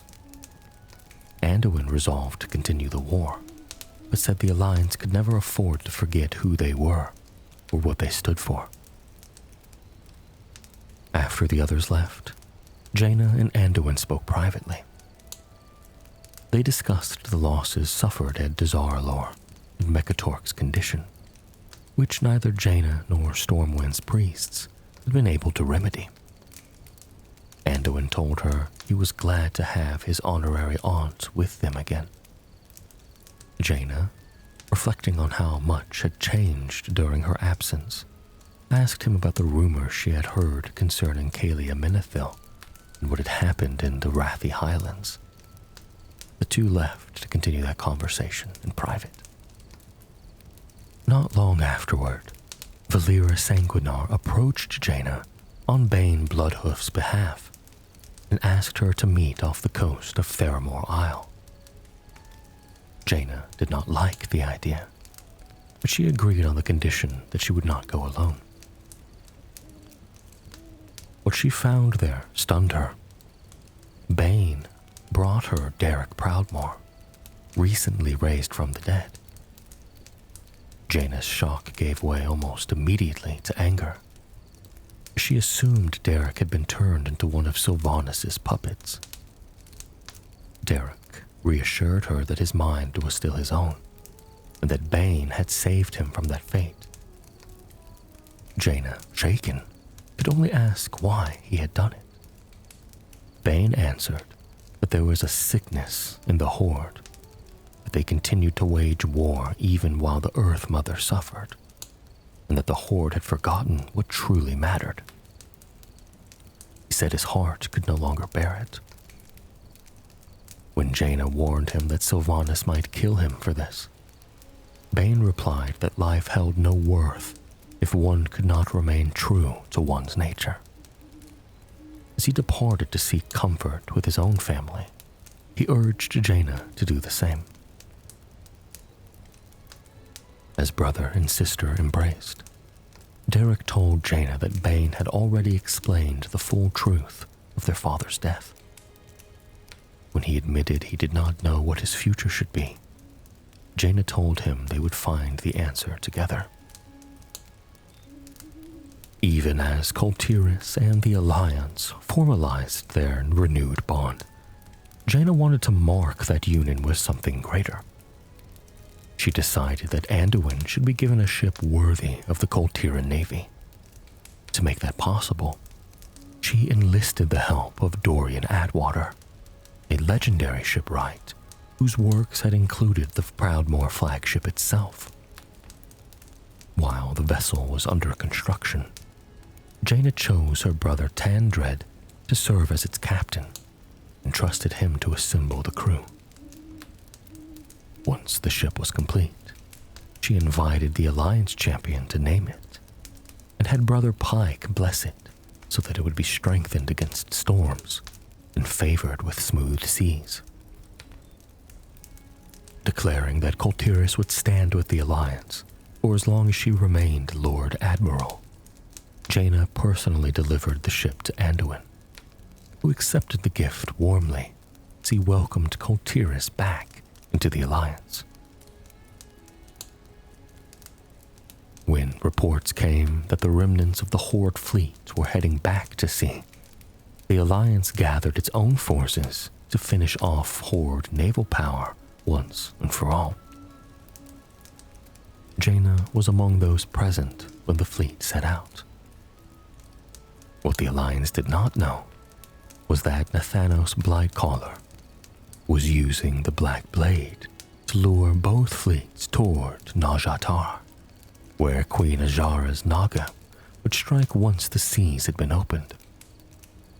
Though surprised by the sudden emergence of Najatar, Jaina and Gin Greymane quickly rallied the Alliance survivors. Jaina soon recognized that their initial shelter was barely defensible, and that other Alliance forces were in even greater danger. She decided that they had to move deeper into Najatar in search of a stronger position. Along the way, the Alliance encountered Blade Master Okani, leader of the Waveblade Ankoan. As they traveled together, an astral projection of Ashara appeared before them, mocking them and promising that Najatar would be the last thing they ever saw. She declared that she would hold back the crushing waters around the region for as long as she remained entertained. With no better option, the Alliance and the Waveblade Ankoan agreed to cooperate. The Ankoan allowed the Alliance to regroup and strengthen their foothold in Mesamir. Jaina understood that the Alliance's survival depended not only on Ashar's amusement, but also on the aid of these new allies. Believing that closer ties with the Ankoan were essential, she helped establish a portal linking Mesamir to Boralis. Once the base was secure, Jaina sent scouts to investigate Ajara's palace. When they did not return, she joined the Alliance champion in performing a ritual that revealed their fate. The scouts had been killed, and Ajara now possessed the Tidestone of Golganeth. Concluding that the best way to survive was to strengthen the Alliance's bonds with the Ankoan, Jaina entrusted Alliance champions with assisting their hunting parties and helping them however they could while she prepared the next stage of the campaign. Later, Jaina sought out Blade Master Okani for whatever insight he could offer against the Naga. He and the champion then set out to free enslaved members of the Waveblade.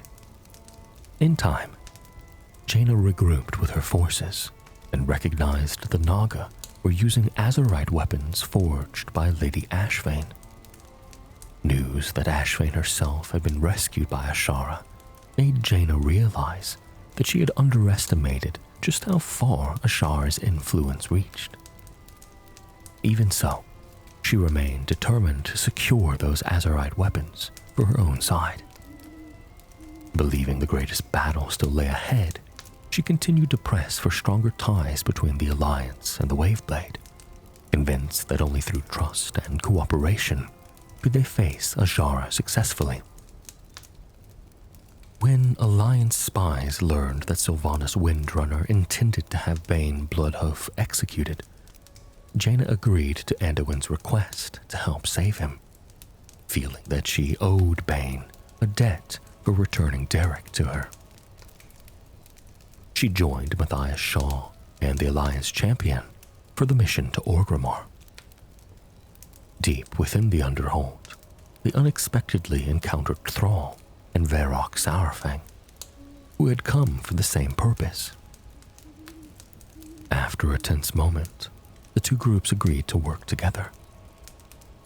When old tensions flared between Sourfang and Shaw, it was Jaina and Thrall who brought them back to the task at hand. As they neared Bane, they were confronted by Roa Bloodstrike, who showed disappointment but no surprise that Sourfang and Thrall had turned against Sylvanas' will. She refused to stand aside, and the group was forced to kill her. They pressed on and reached Bane, who was stunned to see them. While Shaw moved to free him, Sourfang remarked that the rescue had come too easily. And his suspicion proved justified when Magister Hatherell attacked.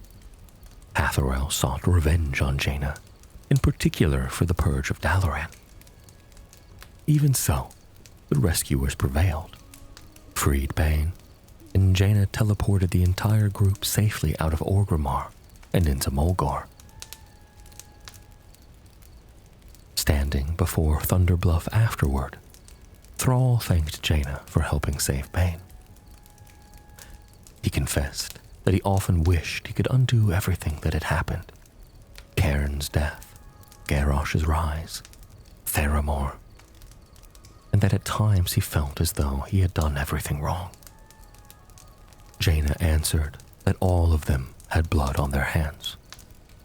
Thrall then said he believed Sylvanas would come for Thunderbluff next, and burn it away just as she had burned Teldrassil. Jaina responded by recalling how the Horde and Alliance once stood together at Mount Hyjal. Thrall remains unconvinced, remembering too many times when the two sides had come together, only to let peace collapse again. He asked her what was different now. Jaina answered simply that they were different, then left to bring Anduin word that the mission had succeeded. When she returned to Najatar, Jaina explained to Genn what had happened and argued that they were facing a shared enemy. Greymane was outraged that she had risked so much to save a Horde leader, but Jaina insisted that both Sylvanas and Ashara wanted the Alliance and Horde locked in endless conflict. She urged that their efforts be aimed at Ashara instead of the Horde, and added that doing so would also give Sourfang's rebellion time to grow. Genn reluctantly agreed, though he warned her that if the Horde turned on them, they would answer for it. Hoping to seize the Tidestone from Ashara, Jaina next sent Chandris Feathermoon, the Alliance champion, to investigate the ruins of Zin Ashari and search for something powerful enough to counter Ashara's magic. When the javelins of Suramar were recovered, Jaina called it an extraordinary discovery and declared that with them, the Alliance could challenge the Guardian protecting the Tidestone. She then urged the Alliance to take the fight directly to the Naga. On the way, their forces encountered Horde troops led by Lorthamar Theron and First Arcanist Thaurissa. After a brief argument, both sides agreed to work together against Ashara's forces. In the battles that followed, Jaina fought alongside Thaurissa.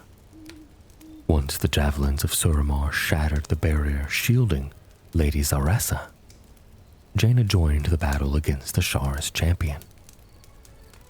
Later, she and Thaurissa combined their magic to use the Tidestone and open the path to Ashara's palace. Jaina warned everyone present that Ashara remained one of the most powerful sorceresses alive and could not be underestimated, though she was equally clear that the Queen had to be defeated. Even then, old tensions remained. Jaina and Lorthamar began arguing over which side would be the one to strike the final blow, only for Ashara herself to interrupt and formally invite them into her palace. Jaina accepted that invitation and joined the assault into the heart of Ashara's domain. After Ashara was defeated, she and Lorthamar moved as though to finish her. But the chains restraining N'Zoth shattered, and the old god pulled Ashara away. Though they had overcome the Queen, Lorthamar called it a hollow victory, since Azara had survived and N'Zoth had been unleashed. Jaina answered that the Fourth War had kept them all distracted, and that divided, they had no chance against N'Zoth. Lorthamar agreed. He told her he would return to his people and tell them what truly happened in Najatar, that Azara had fallen because Horde and Alliance had fought side by side. that N'Zoth now threatened them all, and that he would stand with Saurfang and Thrall. Jaina later joined the Alliance forces that allied themselves with Varrock Saurfang's rebellion against Sylvanas. As part of the plan to march on Orgrimmar, she and Thaurissa were tasked with shielding the army from magical attack. During the confrontation, Saurfang challenged Sylvanas to Mak'gora and died in the duel, after which Sylvanas abandoned the Horde entirely. Jaina was visibly shaken by Saurfang's death and ordered the Alliance to withdraw. She later attended his funeral outside Gramash Hold, alongside the other Alliance heroes. After N'Zoth's defeat, Jaina answered Anduin's summons and joined the gathered Alliance leaders in Stormwind. There, she witnessed Anduin announce that the armistice had been signed and that the Fourth War was over. She also saw Tyrande Whisperwind reject any talk of peace, unless it came written in Sylvanas' blood. During that same gathering, Jaina learned that the Horde had abolished the office of War Chief and replaced it with a council. When the meeting ended, she noticed that Anduin remained troubled. He told her that while she seemed to have found peace in her heart, he had not. In his view, neither Tyrande nor Gen would truly believe the war was over until Sylvanas had been brought to justice. Jaina answered that Sylvanas could not hide forever, while the Kul Tiran fleet searched the seas and SI-7 hunted through every shadowed corner of Azeroth. Anduin replied that he was not afraid Sylvanas would remain hidden, but that she would not. He then changed the subject and asked Jaina about a messenger from Kul Tiras. She told him that Talia Fordragon wished to visit Stormwind and learn the truth about her father. That led to a brief disagreement between them. Jaina believed Talia deserved to know that Bolvar had become the new Lich King. In the end, she told Anduin that the choice remained his, but warned that if Talia later learned the truth had been kept from her, the wound would cut even deeper. In the uneasy peace that followed the Fourth War, Jaina recognized that Anduin Wrynn was growing increasingly troubled by the failure of Turalyon and Illyria Windrunner to find Sylvanas. She tried to counsel him toward patience, but none of her arguments eased his mind. So when Anduin asked her to personally check on them and bring back an update, she agreed. What she found disturbed her. Turalyon and Illyria were interrogating a man through force, with Turalyon using the light to bind him in place, while Illyria reached into his mind through the void. When Turalyon explained that the man had sheltered one of Sylvanas' agents, Jaina demanded to know how they had come to suspect him. Turalyon pointed to a dagger better suited to a forsaken scabbard, and Illyria revealed that their interrogation had uncovered a destination. The Dark Ranger had been heading toward Zandalar. Jaina could not deny that their methods had produced results, but she objected strongly to how those results had been obtained. She asked whether Anduin knew the tactics they were using. Illyria answered that he had instructed them to use whatever means were necessary in the hunt for Sylvanas. Jaina immediately said Anduin would not be pleased by such methods, and that she certainly was not. Turalyon, however, remained convinced that time would prove their actions justified. Jaina left at once to report back to Anduin, telling him both what they had learned and exactly how they had learned it. She also made clear that by approving such methods, he was reflecting poorly on himself and raising difficult questions about what kind of people they were becoming. After considering her words, Anduin said they would do what they must in order to bring murderers to justice. He said that it meant they would not forget those lost in war, that they would not forget Teldrassil, Lordaeron, or the Mak'gora. He then reminded Jaina that she herself had once been willing to wield harsh retribution, and asked if she had forgotten that. Jaina replied that she had not forgotten, but reminded him of the warning his father once gave Vol'jin: uphold honor or be ended.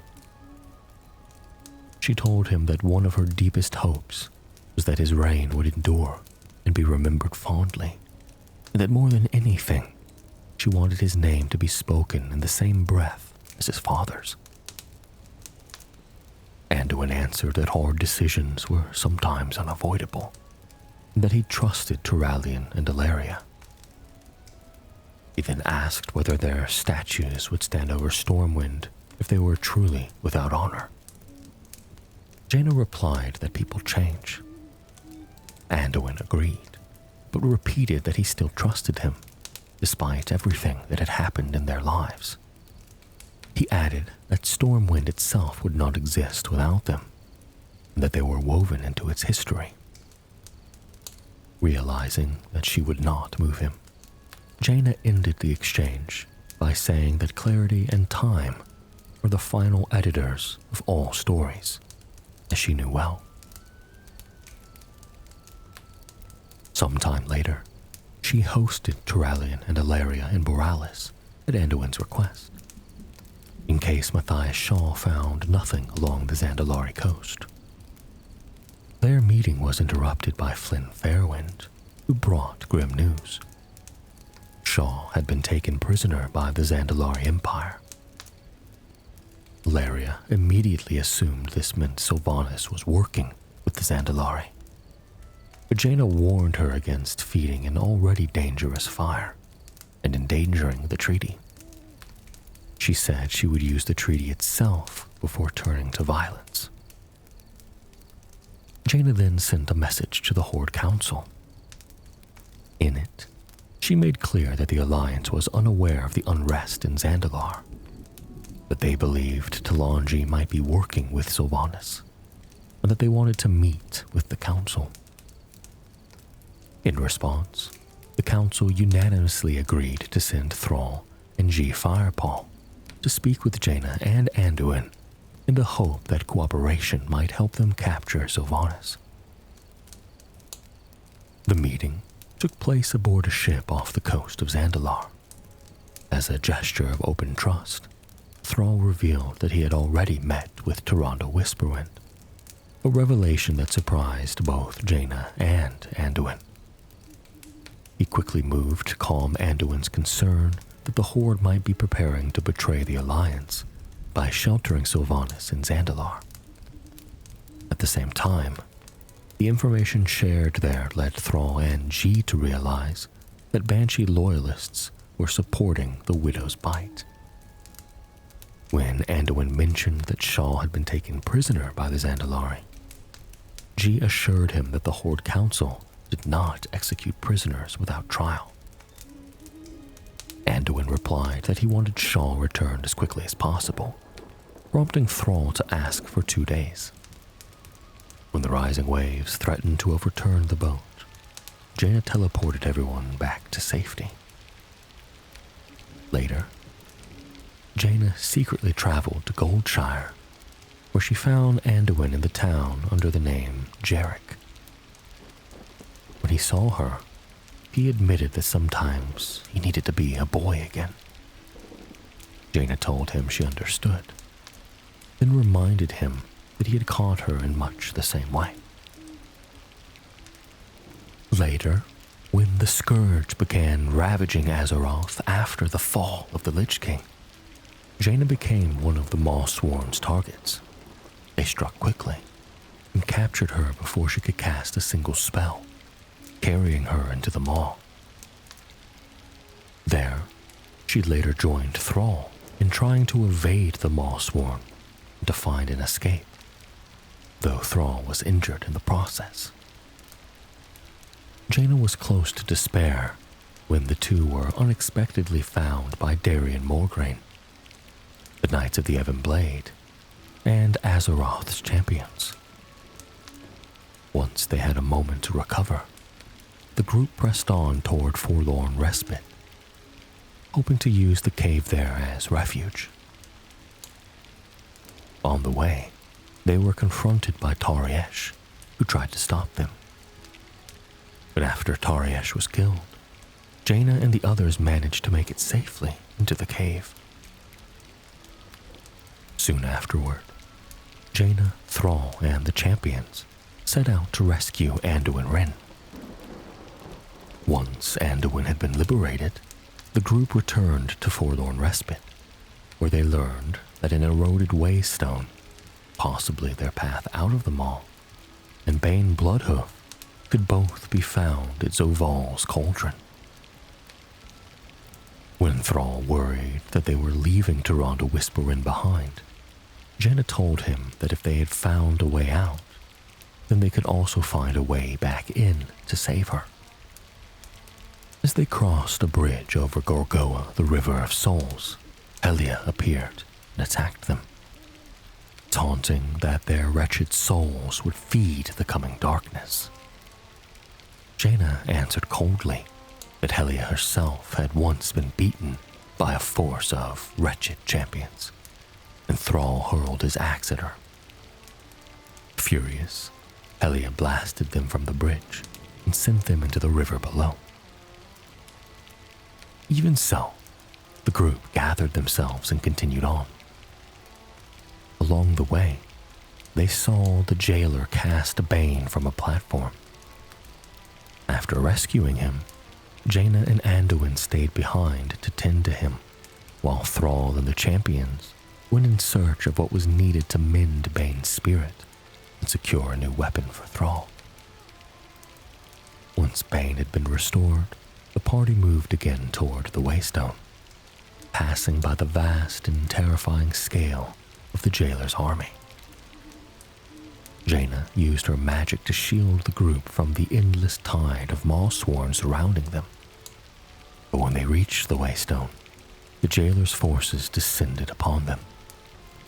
The champion escaped, but Jaina and the others were captured. Jaina was then imprisoned in Torghast, where she was tormented with white-hot fire until the Maw Walker freed her. In Oribos, she was overjoyed to be reunited with Bane and immediately wanted to return to Torghast to save the still captive Thrall and Anduin. Bolvar Fordragon persuaded her that she first needed time to recover her strength. When Thrall was later rescued, Jaina admitted she had feared the worst. She asked him whether he knew where the Mawsworn had taken Anduin, and Thrall told her they had spoken of Anduin as a valuable prisoner kept deep within the jailer's tower. Once they discovered that Sylvanas and the jailer intended to turn Anduin into a weapon, Jaina took some comfort in knowing he was still alive, and remained confident that he would not submit to Sylvanas.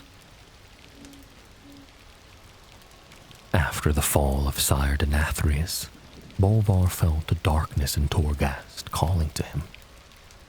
He later told Jaina that a new Mournblade was being forged there, and that the jailer had decided Anduin would become his agent, whether he chose it or not. But repeated attempts to peer into Torghast allowed Zoval to look back at Bolvar, and the jailer tried to seize control of him through the Helm of Domination. Jaina and the Maw Walker were able to sever that link. In the aftermath, Bane urged an immediate assault on Torghast to rescue Anduin, but Jaina and Thrall argued that they needed to hold back long enough to unite the Covenants.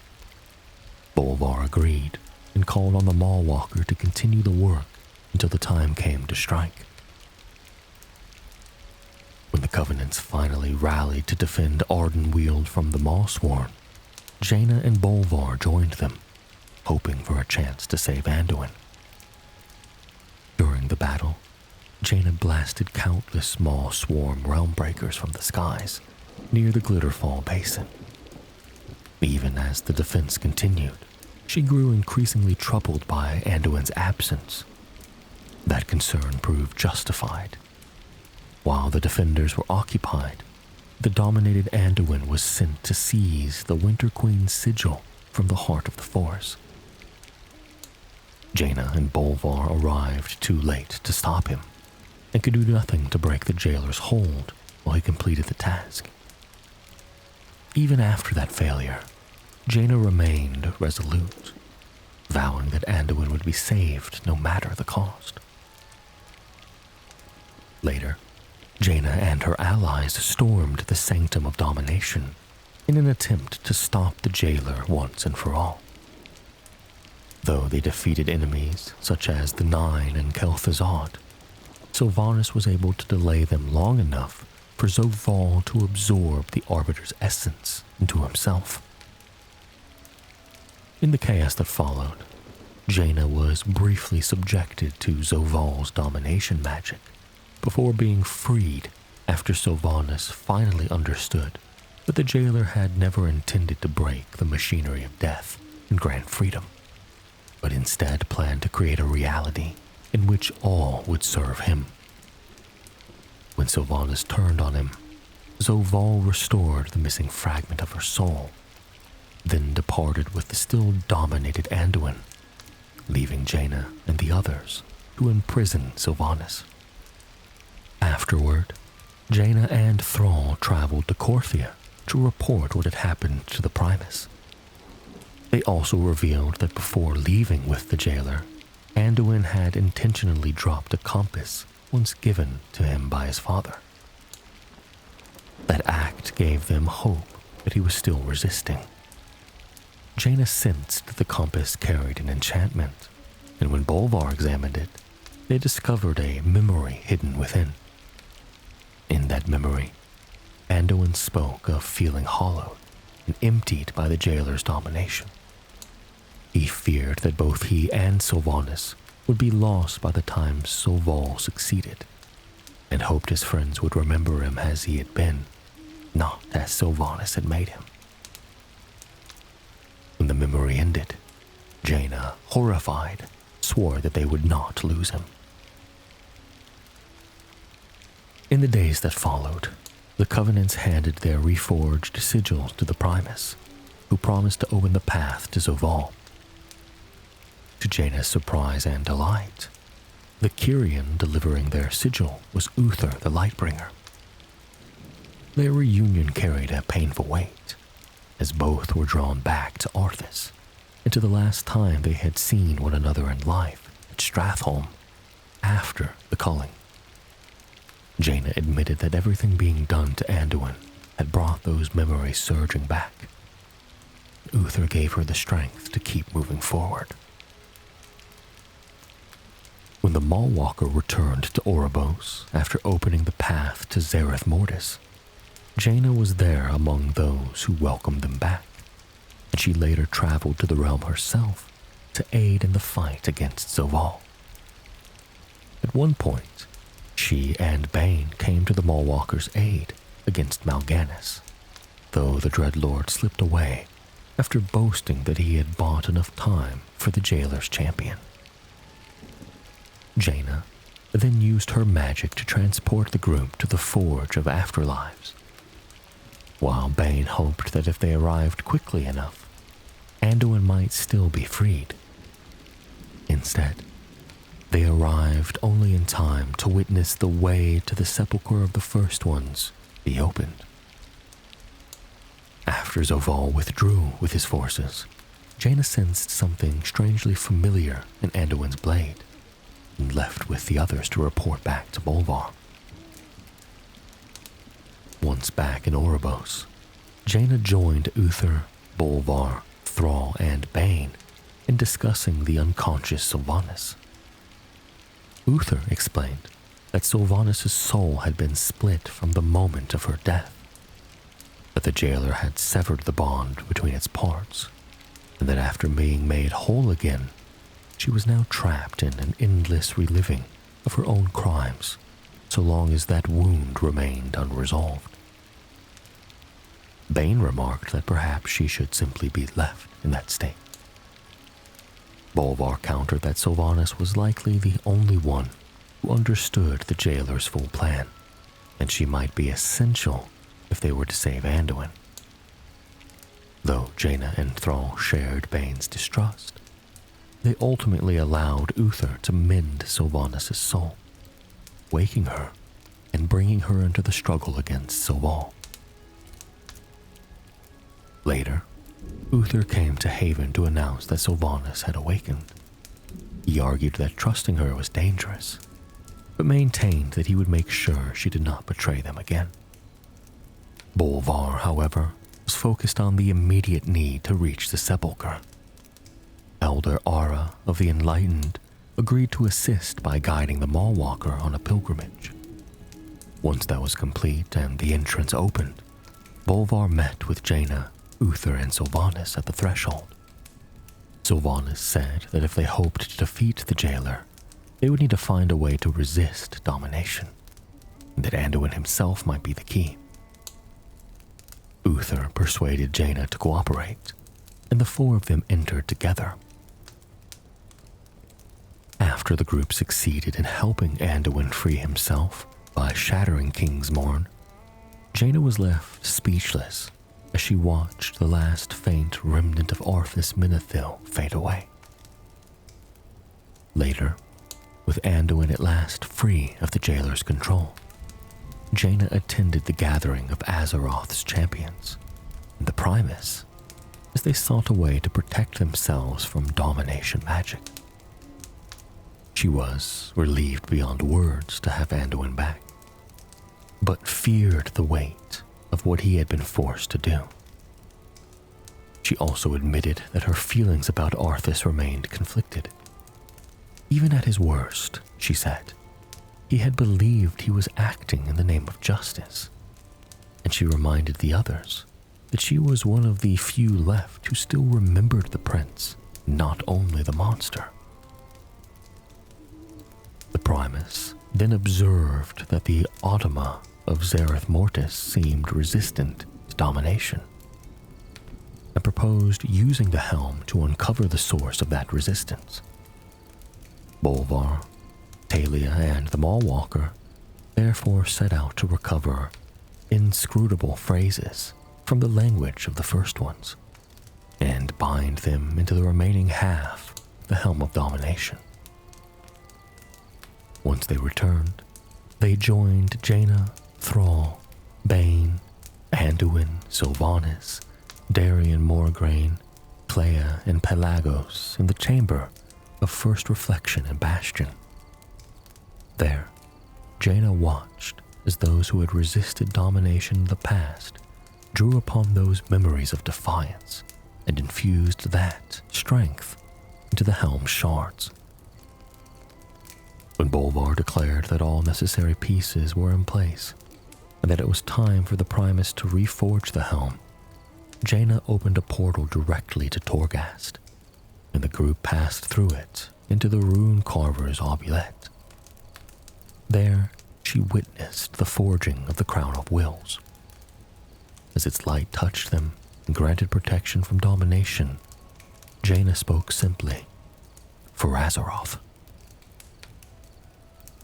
After Zoval's defeat, Jaina stood among those present for the judgment of Sylvanas Windrunner. Once Sylvanas submitted to Tyrande Whisperwind's sentence, Tyrande decreed that her penance would be to scour the maw for every soul lost there, whether betrayed or condemned, and send them on to the Arbiter. Afterward, Jaina spoke to Alliance adventurers about hatred itself. She said it was a cycle, one easily continued, and that forgiveness never came easily to the wronged. Yet she also said that the cycle could be broken, though only through relentless effort and the passage of a great deal of time. She then watched Sylvanas descend into the maw to begin her penance. And some time later, Khadgar came to Oribos, feeling burdened by the weight of the world, the choices he had made. Jaina spoke with him there and managed to lift his spirits. She then watched as he flew off to continue exploring the Shadowlands.